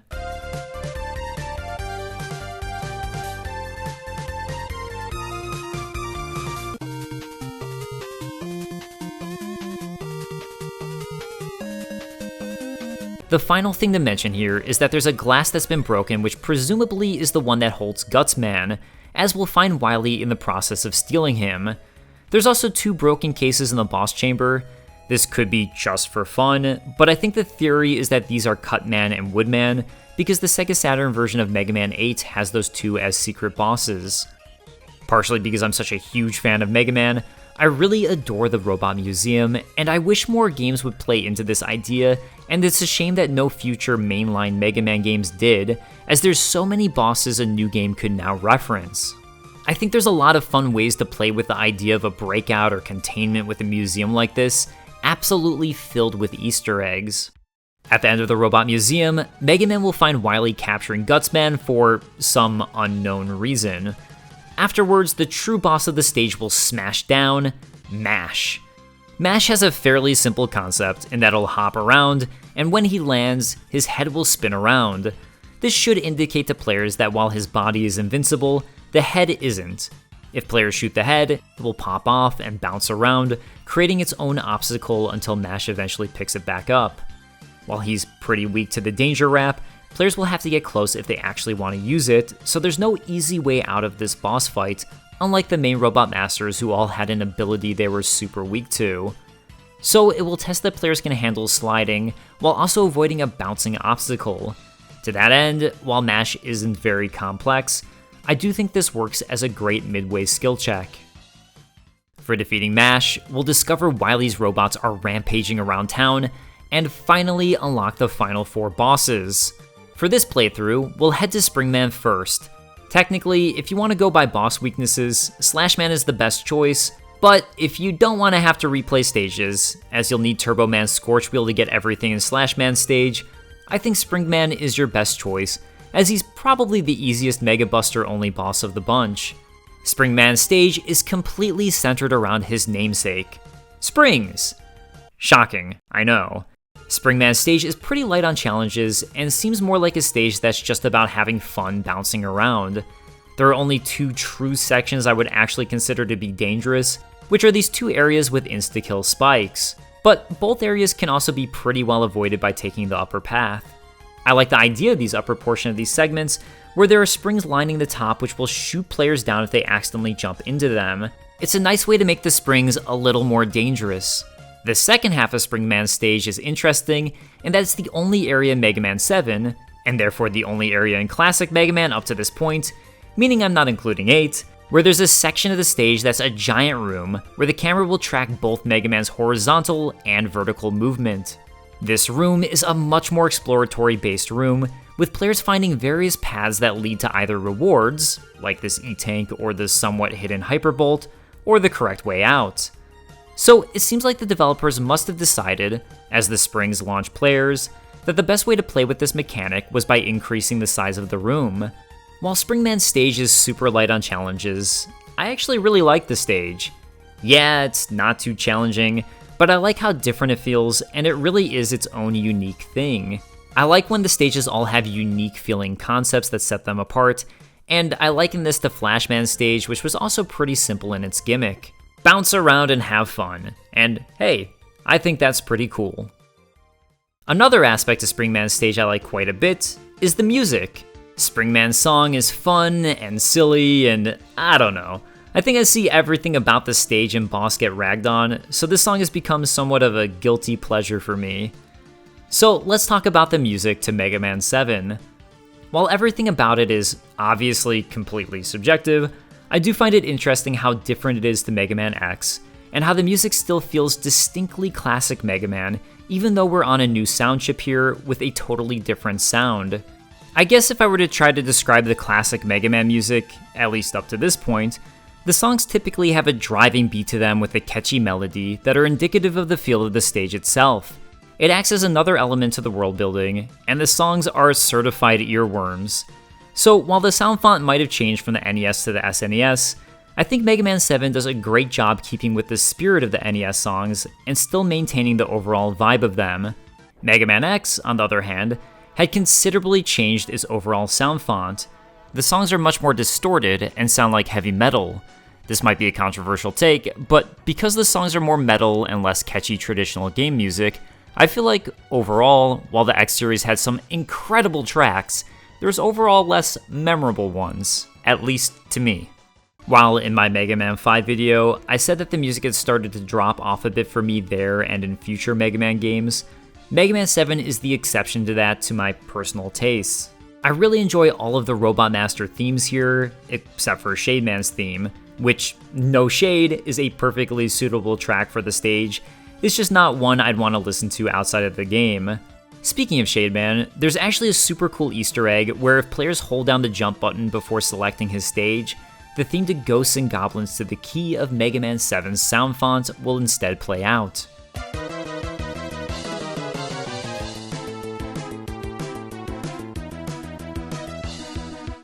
I also enjoy the stage select theme, and the Prologue Stage theme is also super cool.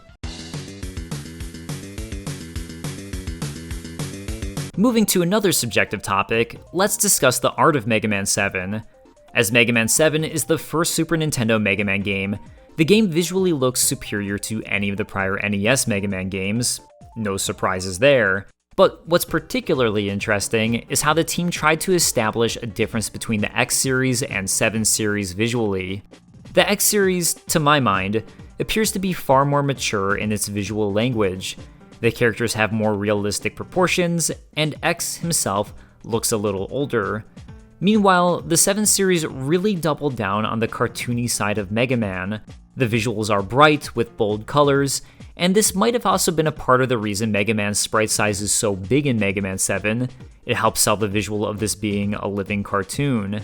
I don't have any official statements on this, by the way. This is just my personal assessment. I enjoy the visuals of Mega Man 7 a lot, and this might visually be my favorite Mega Man game in the classic series.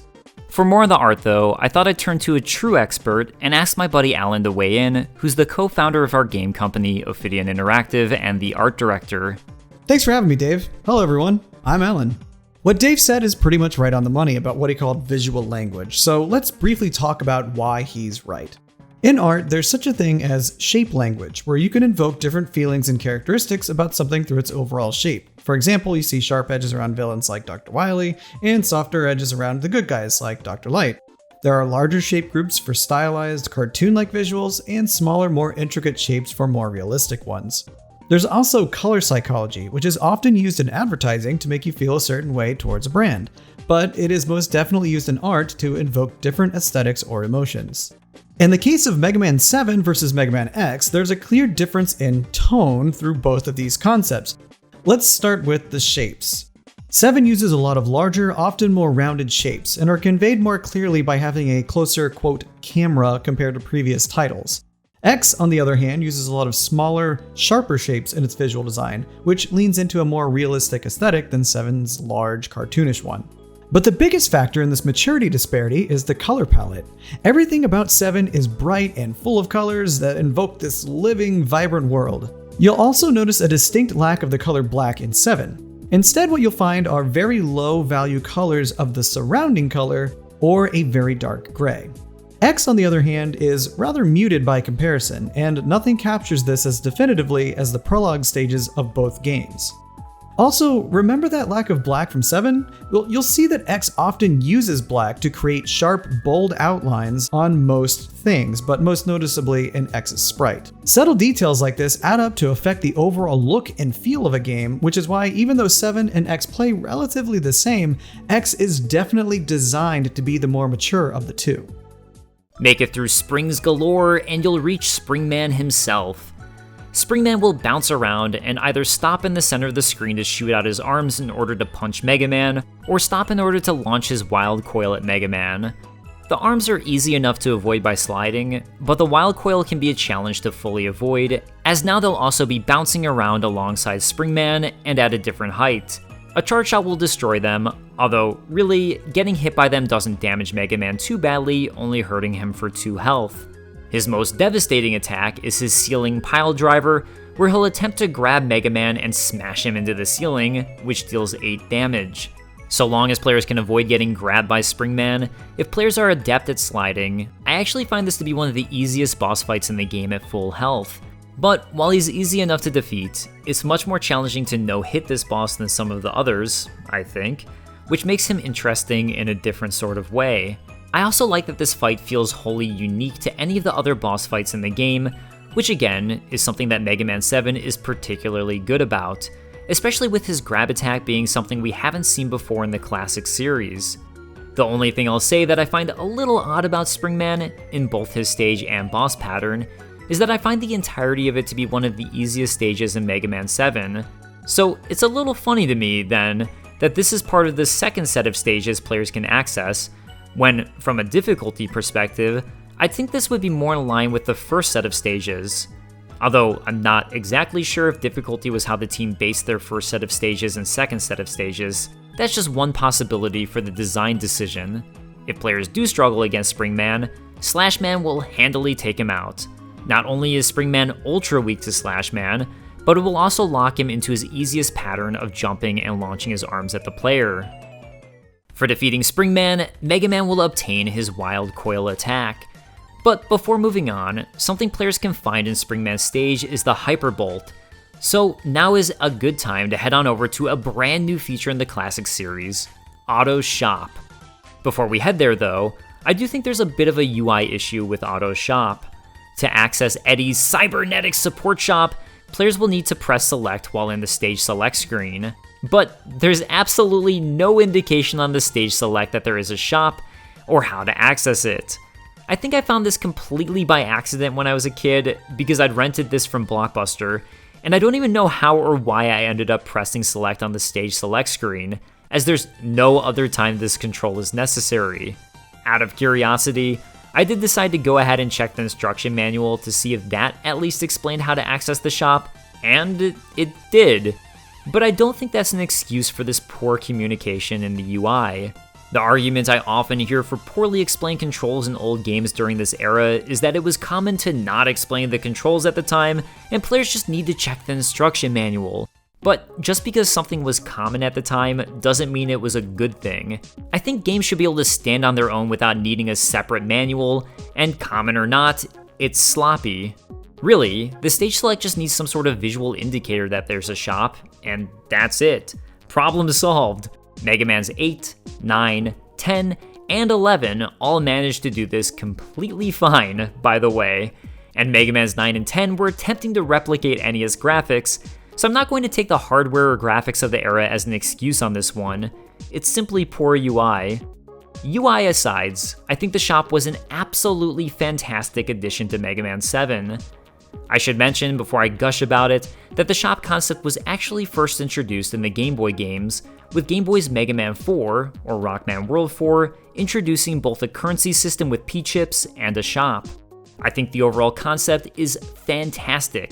Yes, it's nice to find collectibles in the stage like the Energy Balancer, E-Tanks, W-Tanks, the S-Tank, and 1-Ups, but by introducing a currency system, that creates a brand new incentive for not only exploring or attempting difficult platform sections, but also for destroying enemies who might drop the game's currency. As 1-Ups and E-Tanks can be purchased in the shop, this also gives struggling players an extra way to stay in a stage without being booted out during a game over. So, while those are items I'd always skip over purchasing, until the very end, I like that these exist here, and it really does help loosen the difficulty of the games a little bit, creating an optional easy mode that doesn't feel like an easy mode, but instead feels rewarding, because it's something you're earning and unlocking through gameplay. As I mentioned earlier, Otto will also expand his inventory and lower his prices if players find the Turbo Bolt, which is another great concept that creates yet another unique collectible that players will actually want and is actually useful. One more note about the shop is that I think the UI of it is really well done. It presents itself as a big dialogue bubble where if players select an item, Otto will explain its use before players can choose to purchase it or not. At the same time, the number of bolts players have will display on a chart in the background that's both bold enough to be readable while also feeling organic to the shop. There's definitely an argument to be made that it might be nice to immediately see info on what the item does when it's selected, without needing to go through a dialogue, as well as be able to purchase an item without needing to scroll through dialogue, which is a totally fair critique. A lot of this type of thing is a balance between what organically feels like the correct UI visuals for a game and what's practical and easy for a player. Because the dialogue bubbles have been a running theme throughout the game, from the prologue stage to the cutscenes, this dialogue bubble version of the shop feels organic, in my mind, to Mega Man 7, and this is the sort of thing a good UI designer will want to tie together throughout the entire game. To tie it back to a personal story, Alan is in the middle of working on the UI for our game, and he's been working on identifying what might be one of the key pieces of the UI, which is our own stage select, and then using that as the basis for how he ties together the UI for our own town and shop. Once again though, I'm going to turn this over to Alan and let him touch on this. Hey everyone, it's me again. I wanted to add that this type of thing is called voice and tone, which helps create an identity from the game to the player. Now, to Dave's point, the interface could simply tell you exactly what the item does without the use of dialogue from Otto, but then you'd lose the connection between Otto, Mega Man, and therefore you.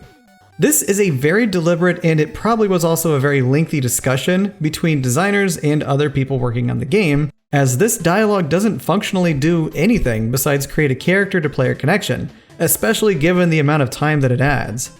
Between the visual design and choices like this, it was very clear that they wanted this game to have a lot of personality and connect with players in a different way than other titles. With Springman defeated and the Wild Coil on hand, now might be a good time to head on over to Shademan stage. But I'm gonna take us to Turbo Man, because I want that Scorch Wheel, and it also makes sense organizing talking about everything in the game a little easier. Turbo Man stage is probably one of the most difficult Robot Master stages of Mega Man 7, with the whole theme being timing-based obstacles. The stage begins with a Truck Joe, where players will need to manage timing out attacking or avoiding enemies in front, and quickly spinning to get shots onto the sub-boss. Next is this section with bouncing tires with both spiked traps and a false drop, which will send players looping back to the same section, but serves more as a time sink. The whole section is about properly timing your slide or jumps to avoid being bounced by a tire to your doom. Next is a lava section, where lava will shoot from the floor and ceiling at the player at timed intervals, with players needing to time out how to avoid making it through without taking damage. This is followed by a drop section, where fire beams will shoot out, similar to the beams of Quickman stage, which players will need to avoid. And finally, the CC Truck sub-boss, which is a bit of a bullet hell type of sub-boss with players needing to properly time their jumps. I get that you could argue the entire game is about timing, but these challenges seem to very specifically emphasize that. All of these are short-lived but well-done challenges, so I don't have much to say beyond that I think the team did a fantastic job of tying the entire stage together and not lingering too long on any concept. It is interesting how much easier the fire beam section of this stage is to the beams of Quickman stage. Perhaps this was because there's no ability to freeze time, like Mega Man 2 includes, or maybe the team decided, in retrospect, that was a little too challenging. While I'm taking us to this stage second, it's also worth noting the Hyper Rocket Buster can be found here as a secret with the Rush Search ability, which is a great add-on to the Super Adapter, making Mega Man's attack a homing attack.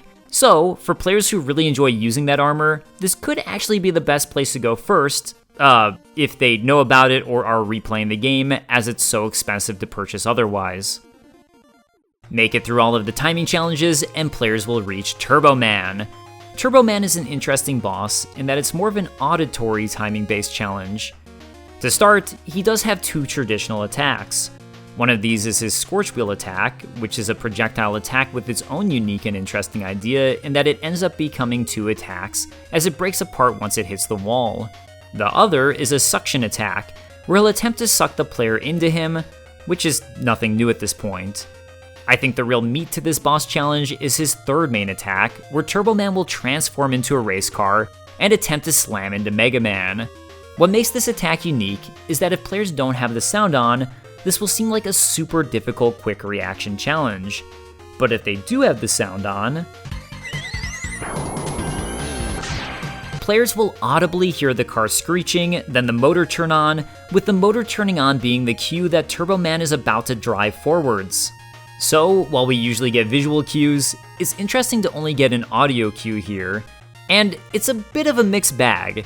It's a really cool concept in that it makes it so the boss feels like his own timing-based challenge in a unique way, with players needing to time out jumps by listening for a cue. It also feels wholly unique as we've never seen, or rather heard, something like this. The downside though is that if a player is hard of hearing or deaf, they are immediately at a huge disadvantage with this boss.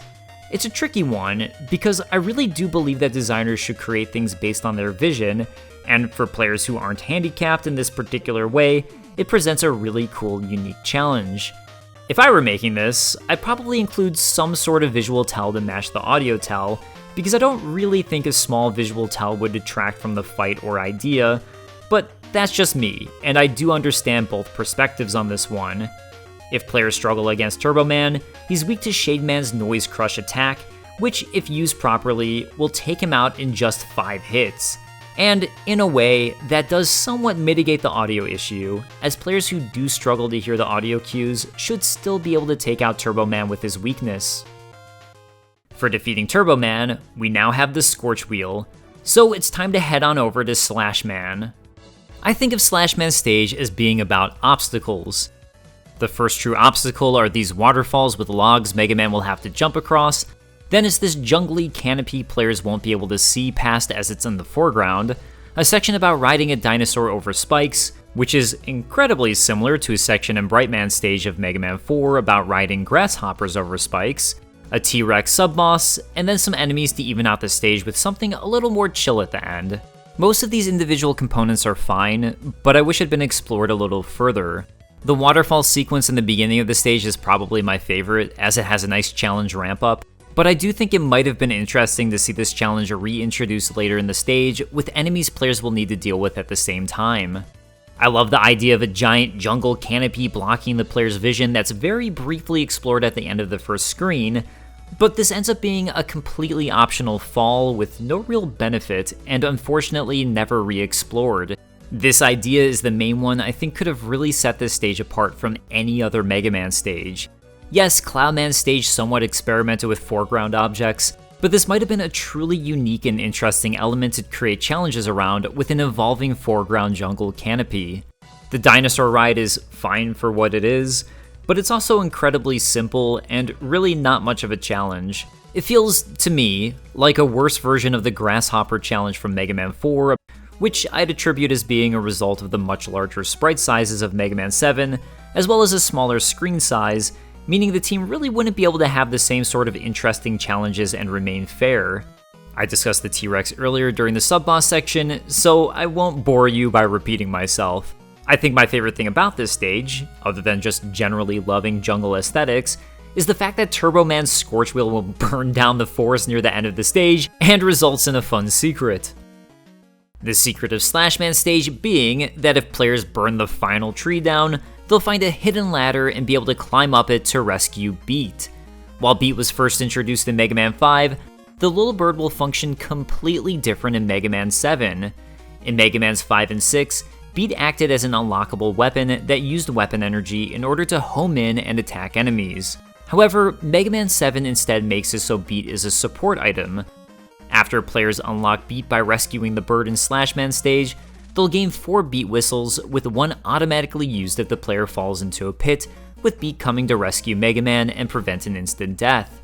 From there, players can purchase more beat whistles until they have 4 at Auto's shop. This is a great concept, and it's the first true defensive support item in the Mega Man games. Players who truly struggle with the platforming sequences of the Mega Man games now have a get-out-of-jail-free card through Beat, and the game becomes a little easier for it. Beat, therefore, acts as an optional easy mode that's still rewarding for players regardless of their skill set, because it's a secret unlockable. So, all in all, this feels like a thoughtful change up to Beat and is a nice introduction to a new concept of defensive support items. Make it through the jungle and players will reach Slash Man. Slash Man is the bane of my existence in Mega Man 7. His pattern is easy enough to recognize. Hop toward the player and attempt to do a melee slash next to Mega Man, which players can jump over. Next, he'll leap up out of sight and eventually slide down the wall, flinging off it with his blades at Mega Man's position. While he's doing this, containers filled with the red jelly-like goop will drop from the ceiling. If it falls on the player will be covered in goop and won't be able to jump, slide, or shoot until the goop is gone. The only way to get rid of it is to mash buttons or get hit by Slash Man.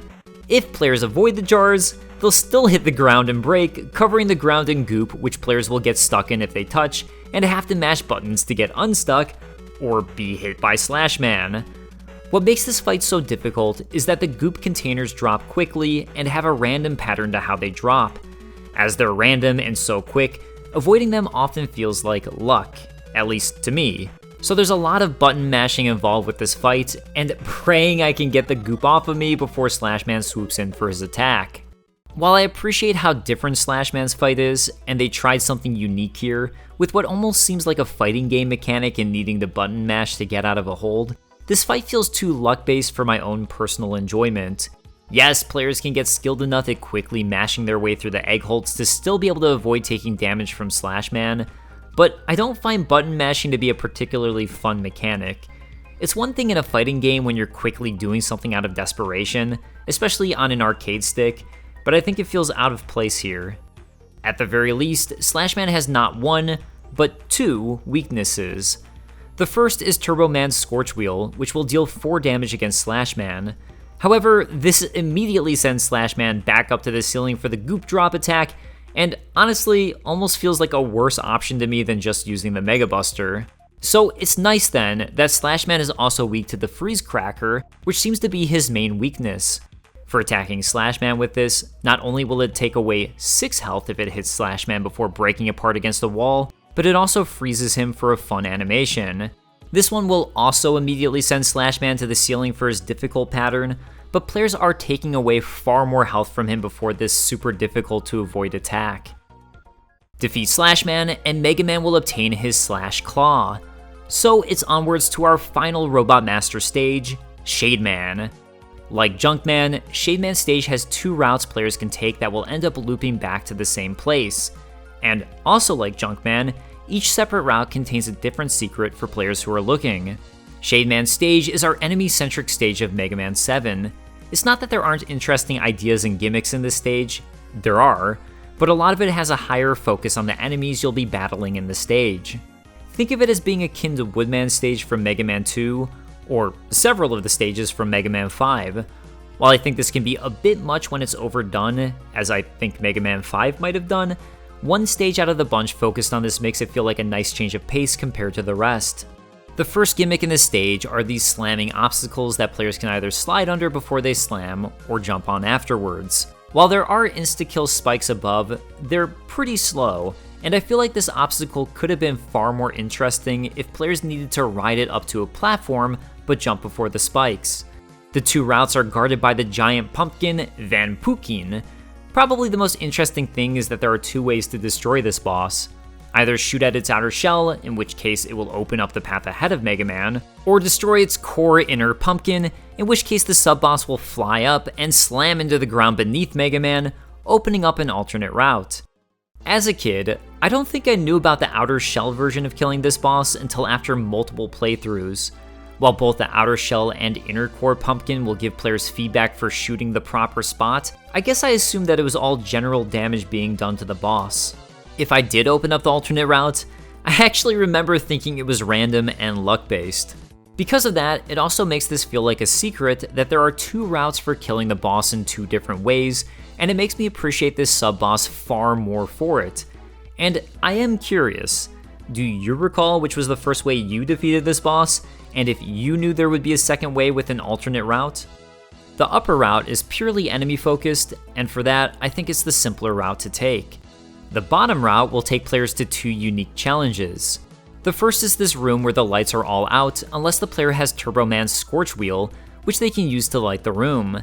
While I like the idea of a room like this, as I did in Cloud Man stage, this one is a little more questionable as there's no way to see the ground whatsoever unless the player has the Scorch Wheel or destroys an enemy who happens to drop an item onto a platform.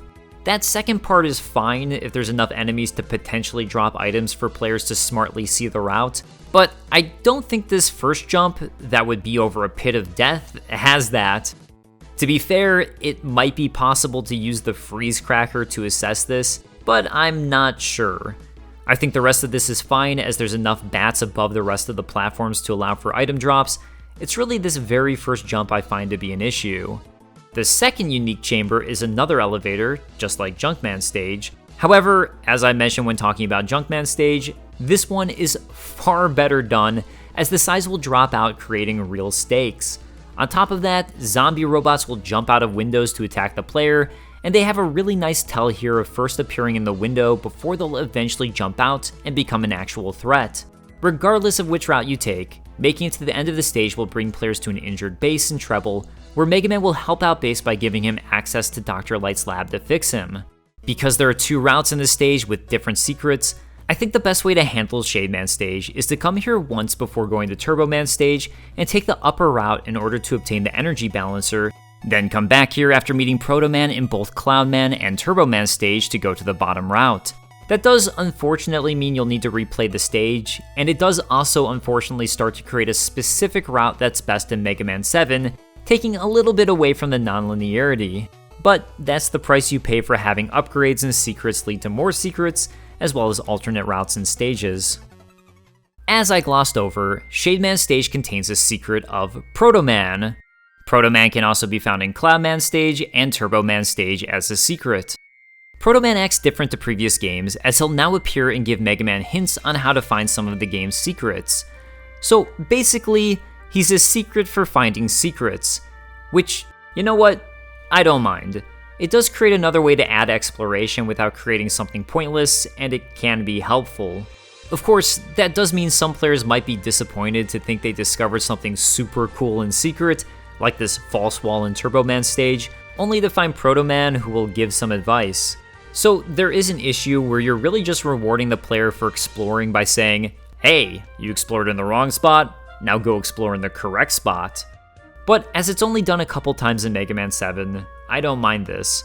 Also, it actually does lead to a very specific secret with Proto Man, where while finding him the first couple times doesn't immediately reward the player, it will unlock the Proto Man battle in Shade Man stage. So, if players find a false wall in Shade Man stage, they'll come to a secret empty room, which Proto Man will occupy after finding him in Cloud Man and Turbo Man stage. Proto Man will want to test Mega Man by battling, meaning players get a cool optional battle out of this. And not only do they get a cool optional battle, but for defeating Proto Man, players will also get his shield, which is a fantastic weapon. The shield uses no weapon energy, and if Mega Man is standing still, will block projectiles. Players also still maintain Mega Man's full normal Mega Buster moveset, so really, it acts like an equipable upgrade to Mega Man. The whole of this questline is fantastic, and I feel like this is the best type of secret. There's multiple aspects to it, and at the end, you're rewarded with more gameplay, a la the Proto Man fight, as well as a new tool in your arsenal. Make it through the spooky castle, and you'll reach Shade Man.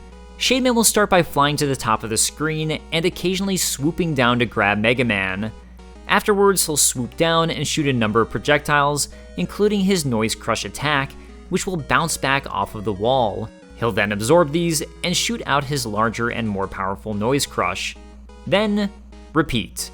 His attacks are all fairly simple to avoid, but what makes him particularly interesting is that when he swoops down to attack Mega Man from the air, if he's successful, like a vampire, he'll bite down on Mega Man, draining the player's health while restoring his. Of the various bosses in Mega Man 7, this one is the most focused on horizontal projectile dodges, with the real emphasis being on timed out jumps with an occasional slide. So while I find him to not be too challenging, I do like that he feels wholly unique compared to the rest. If players do struggle, Shademan actually has two weaknesses. The Super Adapter is not only powerful against Shademan, hurting him for 4 health, but can also reach Shademan when he's flying back and forth in the air. His other weakness is Springman's Wild Coil, which players can charge up to hurt Shademan for 6 damage, and even make bounce higher by holding the up button while shooting, which will make them also reach Shademan while he's flying through the air. With Shademan defeated, Mega Man will obtain the Noise Crush attack, and with that, we'll have defeated all of the Robot Masters. So now that we have every ability in hand, I'll do my best to quickly give my thoughts on all of them. Growing up, I always preferred to play these games Mega Buster only unless I was truly struggling against a boss, so a lot of these are really my first impressions. For defeating Freeze Man, players will obtain his Freeze Cracker. The Freeze Cracker acts as one large snowflake that shoots out, and when it hits a wall or floor, will break with smaller snowflakes shooting out in multiple directions. That alone makes this a pretty cool attack, as players can cleverly hit the wall, or even accidentally hit a wall and let the subsequent smaller shards take care of enemies or bosses. But what really elevates this attack is that players can also shoot it diagonally upwards or downwards, making it far more versatile in far more situations. It was actually an attack I didn't think too much of at first, positive or negative, until I realized this aspect. So this one is a lot of fun, and it's nice that there's various stages where it can help the player by affecting the environment. For defeating Burst Man, players will obtain his Danger Wrap. As it's in a bubble, the Danger Wrap will immediately start to float upwards when using it, meaning it's not great for faraway enemies. But certain enemies, like the Gabuals in particular, are especially weak to this attack, making it ideal in some situations. Beyond that, there are various enemies who will become trapped inside the bubble of the Danger Wrap, and after a certain period of time, will explode when the Danger Wrap pops, or the bomb inside goes off. But what really elevates this attack is that Mega Man can actually bump into it and push the bubbled enemies. Not only is this super fun visually, but if they hit another enemy, they'll explode while also hurting the other enemy. Amazingly, the ability has even more functionality, as, if the players are holding down, they'll instead plant a landmine. Outside of utilizing this for Cloudman sometimes, I'd actually never tried out this attack before, and I have to say, I'm absolutely in love with it. It's super creative, it's not overpowered, and I think it might be one of my favorite attacks so far in any of the Mega Man games I've covered thus far. For defeating Cloudman, players will obtain his Thunderbolt. The Thunderbolt will shoot straight out, and if it hits an enemy, will then break apart with new attacks traveling up and down. What makes this attack particularly useful, really, is that it seems to be pretty powerful, at least from my testing, against a good number of enemies. Especially when there's a cluster of enemies, this attack is particularly useful, as it can hit all of the enemies in that cluster. Because this attack begins as a basic projectile, it's not my favorite ability, but it also does have enough situational usefulness to make it a decent weapon overall. For defeating Junkman, players will obtain his Junk Shield. Like the prior barrier weapons of previous Mega Man games, the Junk Shield will circle around Mega Man and protect him from enemies while also acting as a weapon. In general, I think these barriers are a good addition to any of the Mega Man games, as they are so different from a normal projectile, but I think Junkman's might actually be my favorite one so far. All of the junk that wraps around Mega Man acts as individual little weapons, so as it hits enemies, or busts apart when hitting against obstacles, only the pieces that actually touch will break. And because there are so many individual pieces, it makes it a really good weapon against certain enemies, with a satisfying feel as you watch each piece smash into them. If that wasn't enough, players can also shoot out the remaining projectiles whenever they want. And while it's not the most convenient attack, as it spreads in 3 distinct directions, that does help this weapon from becoming too overpowered, but still act as an overall fun and useful weapon. For defeating Springman, players will obtain his Wild Coil. The Wild Coil is an interesting attack in that not only is it a charge attack, where small Wild Coils will shoot out when uncharged, and more powerful, larger Wild Coils will shoot out when the attack is charged, players can also affect the bounce of the wild coil by holding up. While I appreciate that players could probably use the bounce to almost treat it like they're shooting a basketball, and that might be fun to hit certain out-of-reach enemies as a kind of meta challenge, at the same time, I feel like the attack really isn't all that useful. It feels slow, and in my testing, it didn't seem particularly powerful. At the very least, the attack does feel unique and like its own thing, even though I'd probably never choose to use it. For defeating Turbo Man, players will obtain his Scorch Wheel. The Scorch Wheel is a bit of a combination between a barrier attack and a projectile. It will circle around Mega Man, and if players hold down the attack button, it actually stays circled around him for a little longer, acting as a barrier for a short window. Once it does shoot out, it rolls along the ground like a wheel until it hits a wall or enemy. I want to like this attack because it's a ground focus attack, giving a unique type of usefulness, and because it can be used for various environmental effects, which I find to be fun. But because the attack is so slow, and because players unlock it during the second portion of the game, its uses feel incredibly limited to me. I was having trouble finding places where this attack was actually helpful, and I feel like its delay in shooting really hindered the Scorch Wheel's overall effectiveness. For defeating Shade Man, players will obtain his Noise Crush. Like the Wild Coil, the Noise Crush can be charged to become a much more powerful and larger version. However, in the case of the Noise Crush, the charge happens by players bouncing it off of the wall and catching the projectile. Once they catch the bounce Noise Crush, it will automatically be charged up for them to shoot again. I find this to be such a fun and unique concept that even though this is another one of those second half of the game attacks with limited uses due to that, I still enjoy it. It's also pretty cool that if you're quick with your slide, the projectile is slow enough that players can immediately slide into the shot to charge the Noise Crush right away, which actually comes in handy at Wily's Castle. For defeating Slash Man, players will obtain his Slash Claw. The Slash Claw is a melee attack, and that's it. But as it's the only melee attack in Mega Man 7, it seems to be incredibly powerful, which is a great trade-off for its limited range. Because it's quick and powerful, it's a lot of fun to use, and feels like a great alternate way to play the game. I kinda wish this attack could be found during the first half, because it would have been fun to play straight through all of the Robot Master stages using a melee attack. So overall, I really enjoy the weapon selection in Mega Man 7, and think it has some of the most creative weapons of the Mega Man games thus far. Up to this point, Mega Man 4 had been the game I'd crowned as having the best and most diverse boss weapons, while also feeling balanced. I think that's still probably the case for me, but I do think Mega Man 7 is up there with some standout weapons. It's just a shame that some of them feel a bit tarnished by only being unlocked in the latter half of the game. One more thing to mention before moving on is that Mega Man 7 introduces a new aspect to the boss weapons that's brand new to the classic series, and something that was actually introduced in Mega Man X. Now that the Super Nintendo controller has a left and right trigger, the team used those triggers to let players swap their weapons on the fly and cycle back and forth through them. By doing this, players no longer need to slow down, pause the game, and enter the menu every single time they want to change to a new weapon, and for someone like myself, this really makes the weapons far more friendly to use, as it's much less of a minor hindrance. I don't blame the NES games for not having this, even though I kinda think the select button should have cycled through weapons in one direction, because outside of start, select, and the D-pad, the NES only had 2 buttons. Because of that limitation, the NES had a good excuse for needing players to interact with the menu. So it's great to see the team immediately adapt to the Super Nintendo controller to implement a minor quality of life improvement to the game. With all of the Robot Masters defeated, players will return to Dr. Light's lab to discover something truly shocking. Bass was evil all along, and was a creation of Dr. Wily.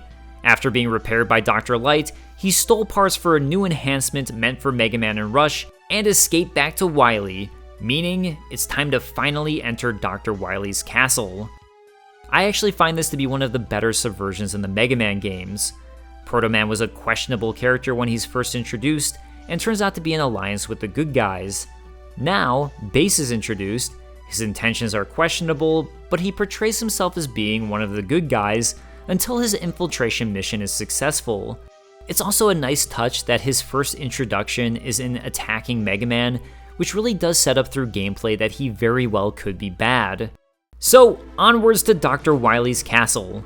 As I've been doing lately, I'll be discussing all of the Wily stages more so as a whole with individual elements that stand out to me, then I'll go over each boss. While there are only 3 true Wily Castle stages in Mega Man 7, as I'm not counting the boss rush here, I find this to be the most difficult set of Wily stages since Mega Man 1, although not in a bad way.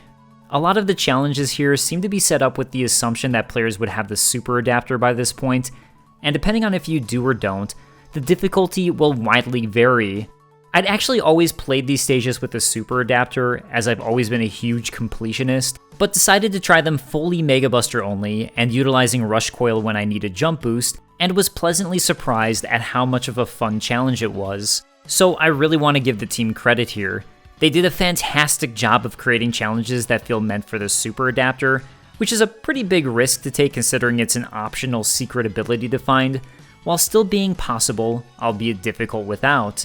This is the type of thing that makes the super adapter truly feel worth it to find, and helps add a lot of value to the tool. I also find this much better than the standard rush-based challenges we've seen in previous Mega Man games, as those were almost always simple challenges where you'd flip on the tool, use it, then be done. This is one of those design decisions that's a bit of a gambit, because it could potentially turn off less skilled players. If you struggle to make it to the Wily stages and haven't found the Super Rush adapter, this is going to be a major difficulty jump. So there's the risk that some players might be too demotivated to continue. At the same time, this is the final stretch of stages, so I think it's fair for these to be extra challenging. And because many of the challenges feel more built around the super adapter, it prevents the game from becoming too over easy for players who've obtained both this and Beat, which is a different challenge you run into when designing, as players can essentially level themselves up.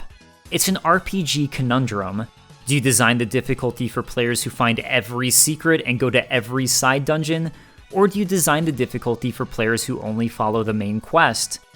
Something nice Mega Man 7 does is that, unlike the previous games, as soon as Mega Man finishes a Wily Castle stage, players will be booted back to the stage select screen with their Wily Castle progress saved.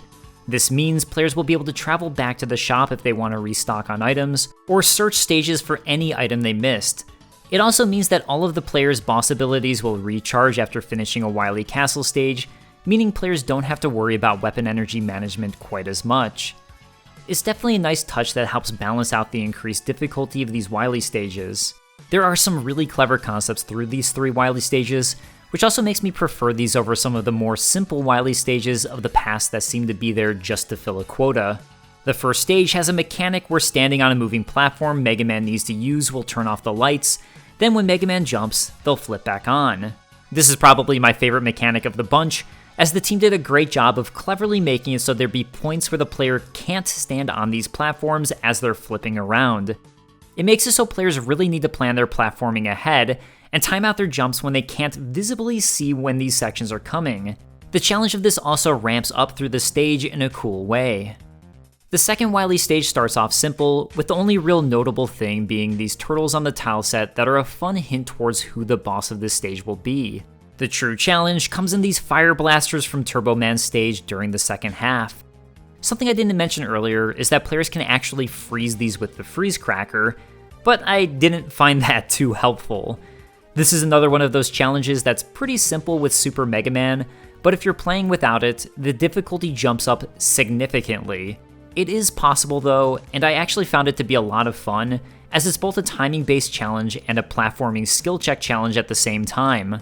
The third stage is interesting in that there are 2 different routes players can take.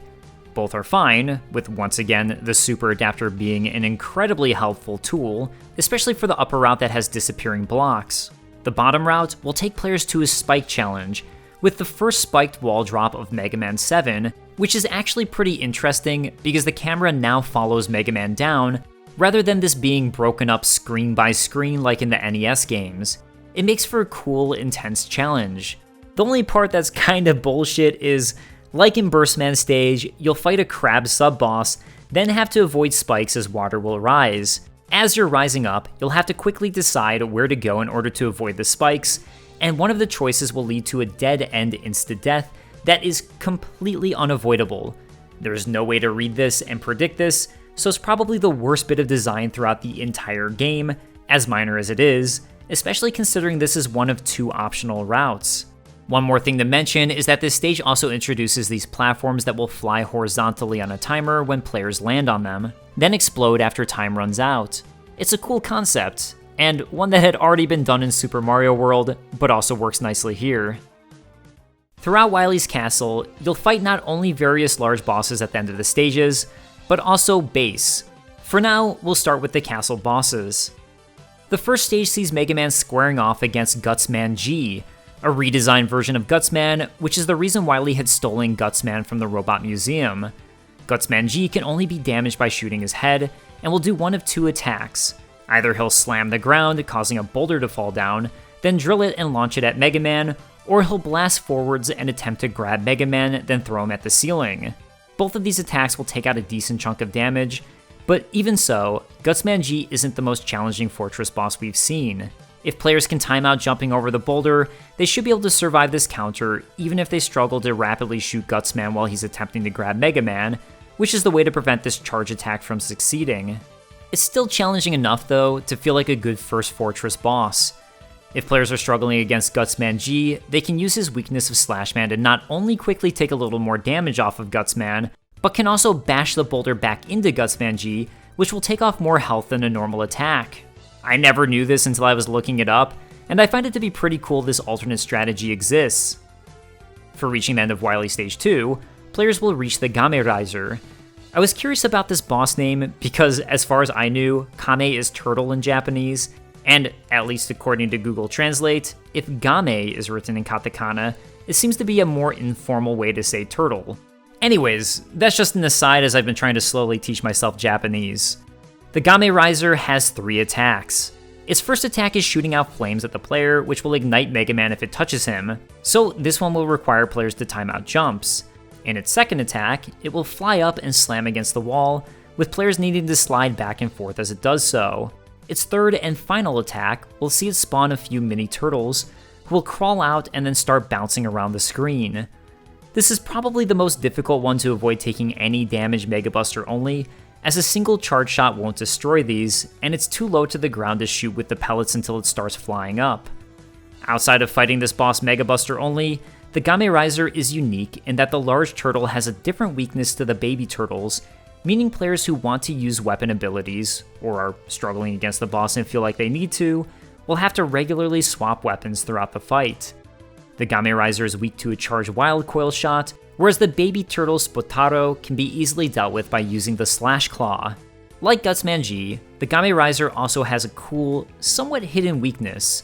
While it's somewhat difficult to pull off, if players manage to trap a Spotaro in a danger wrap bubble, then avoid having the bubble smashed by the Gamerizer when it slams back into the arena, they can push the bubbled up Spotaro into the Gamerizer for a huge amount of damage. So, like Gutsman G, the Gamerizer is another boss who I don't think of as being too difficult, but is unique enough to have its own interesting challenge, and works well as a Wily Castle boss. The final Wily Castle boss is the most interesting, the Hanya NED Squared. This boss will slowly fly towards Mega Man, and the arena will switch to an auto-scroller, meaning players will have to constantly run the entire battle as they deal with the boss's attacks. While the arena shift can be a little jarring at first, the boss is actually fairly simple. He'll first shoot a series of missiles at Mega Man, which players will actually be able to jump on and use as a platform to help reach his weak point of his eyes. Next, he'll activate a laser beam from his forehead gem, which players will automatically avoid as long as they're running against the edge of the screen. Then, he'll move forwards to the edge of the screen, which again, players will automatically avoid if they're running against the edge. And finally, he'll back off to his original position as he lobs 2 bombs. The first at the edge of the screen, and the second closer to his normal resting spot, meaning players will have to return to the midway point. And that's it! He'll then repeat this pattern. While it is a simple pattern, I found it fun to read and master this, with it all resulting in a rhythm the players will have to adapt to. In a way, this actually makes this one of the easiest Mega Buster only bosses, but for first time players, the uniqueness of the auto-scroller probably makes this boss feel pretty intense on the first attempt. There's a cool strategy with the Rush Jet, where players can take off about half of this boss's health by riding the Rush Jet, which travels at the same speed as the Hanya Ned, up to the top right corner and just layering it with shots. Otherwise, the Hanya NED is weak to both the Slash Claw and Noise Crush attack. While the Slash Claw actually can hit the boss without needing to jump on his missiles, this is probably the only time attempting that dangerous maneuver is actually worth it, as otherwise, with Mega Man's projectile attacks, it's far safer to simply avoid the missiles entirely, as jumping on them can be much more challenging.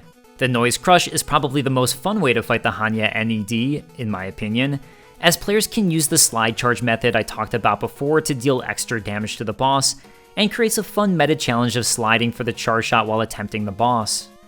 Coming back around to the first and second stage, players will also need to fight a midway boss in base. The first stage will see players fight off against base alone, with this being a more advanced version of the Prologue Stage fight. Here, base will jump around using either a normal shot or charge shot similar to Mega Man.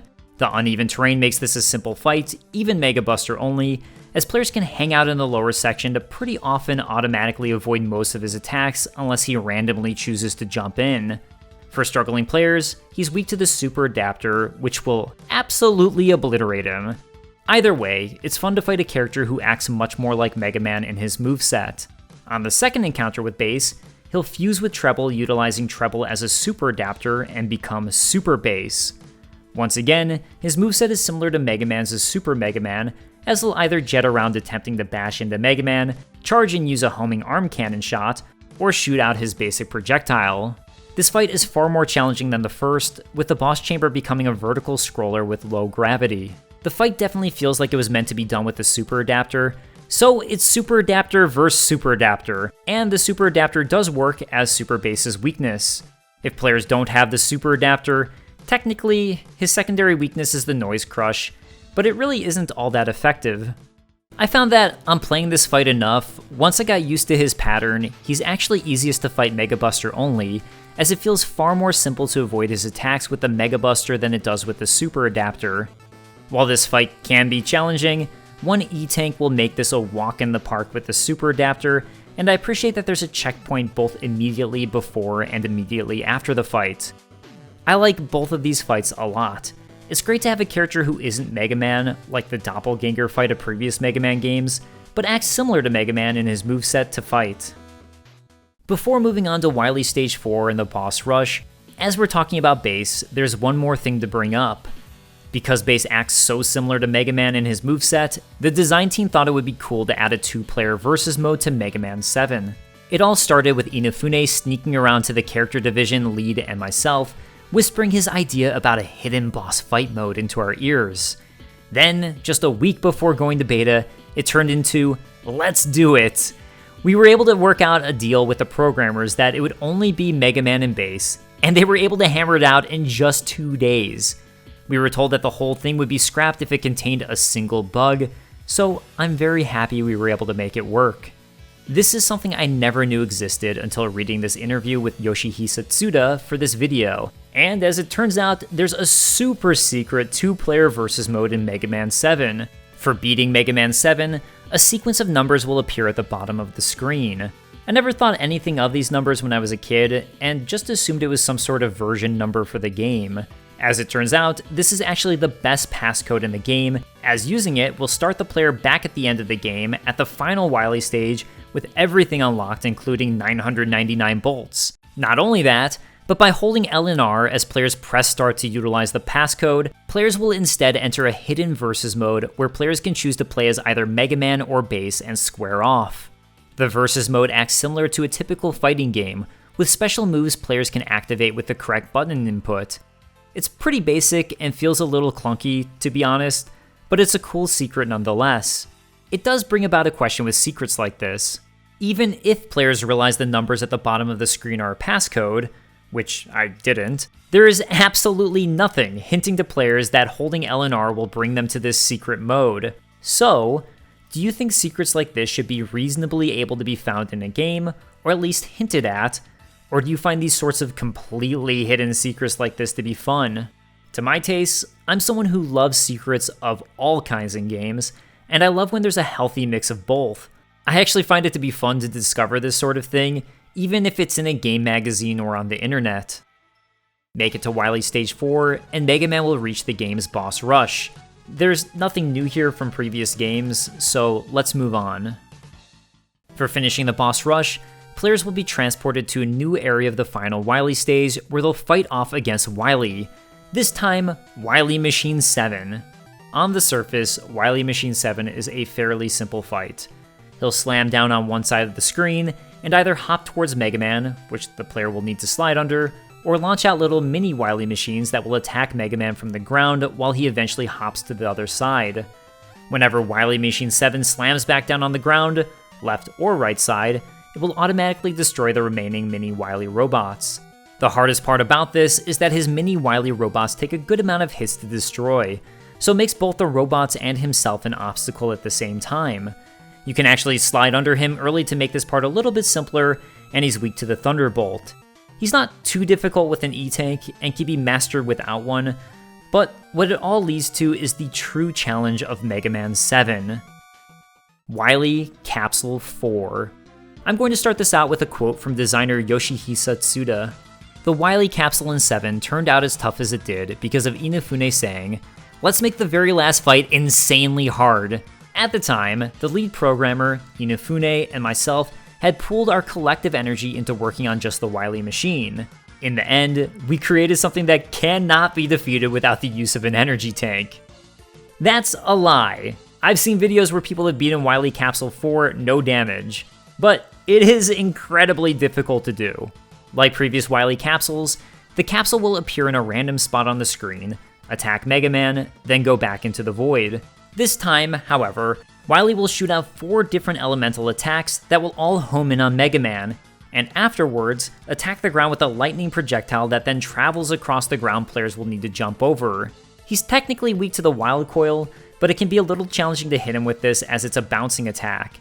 At the same time, if the capsule is low enough to be hit with a normal projectile, the Thunderbolt will prevent him from shooting his 4 elemental shots, which are incredibly challenging to avoid.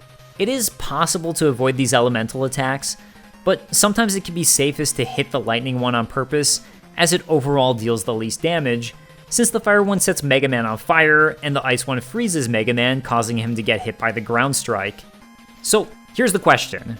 How do you feel about a Mega Man boss with this difficulty level, where it's designed with the intention that players should be using their E-Tanks to win, and even then, can be incredibly challenging? This will probably fall under love it or hate it for a lot of people, I'd imagine. To my point of view, I think this is a great final challenge.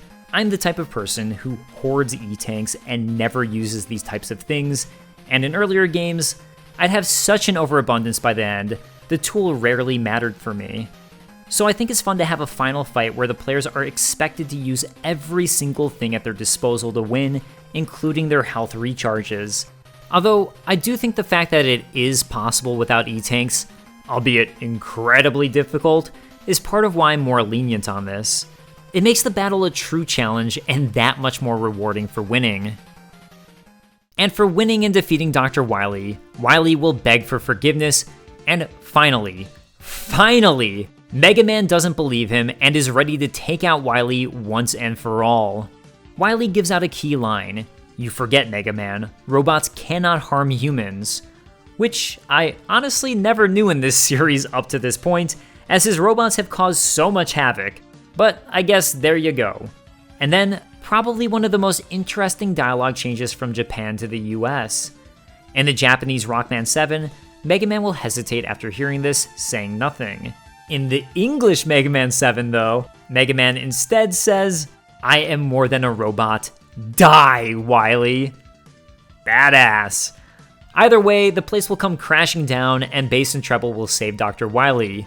From there, yet another incredibly badass scene for Mega Man, with Mega Man strutting away from Wily's castle as it explodes behind him, straight out of an action movie. Who is this cool guy Mega Man? We end with Mega Man returning to Otto's shop and a nice group photo of everyone. Rewind to the credits. Mega Man 7 is an interesting one to me, because on the surface, there are several broader design choices I don't agree with which affect the entire game. I don't particularly like the fact Mega Man can only choose 4 of the 8 Robot Masters to start. I think the Prologue Stage is unnecessary in this game and really drags. And I think the camera being so zoomed in with the screen being smaller than any other game was a mistake. But even with those choices, I love this game. I'd actually kind of forgotten just how much joy I get out of playing Mega Man 7 while working on the previous videos.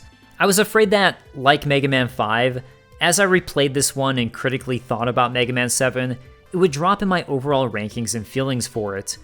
But if anything, I think I had far more fun with it than I was expecting, and this is coming from someone who already considered himself a Mega Man 7 fan. Placing Mega Man 7 in my ranking chart of the various Mega Man games ranked amongst themselves, which is all my personal opinion, of course, I'm going to give it an A rank. I think if it hadn't made some of those design choices I disagreed with, this might have been another S rank Mega Man for me. But I still do find it to be an absolute joy to play. If you missed them, this is the 7th episode in my series analyzing Mega Mans 1 through 11. So if you enjoyed, I'd love if you checked out some of the previous ones, as I put a huge amount of work into all of those. As I mentioned a couple times in this video, I've been busy working on my own game, ChivalBee. This is still very alpha, and even though we've been working on it over a couple years, we have a long way to go. But we'd love it if the game looks at all interesting to you if you followed us on YouTube or social media for updates. Thank you so much for watching, and I'll see you next time. Peace.